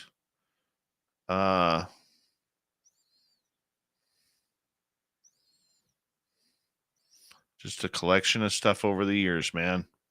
People have donated things like these, that, Christmas present, Dirty Filth, Christmas present, my book collection of Tom Clancy's, donated or gift from sister, gift from partner, gift from Kira, gift to myself, gift from Kira, pens and scissors, keyboard, microphone, Edmonton Oilers hat, gift from me, Spaced Out Radio logo, gift from Ben.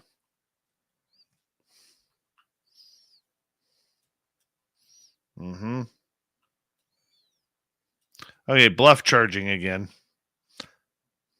No, when we go out in the field, we let them come to us. We're not chasing them down. So no, I haven't been bluff charged.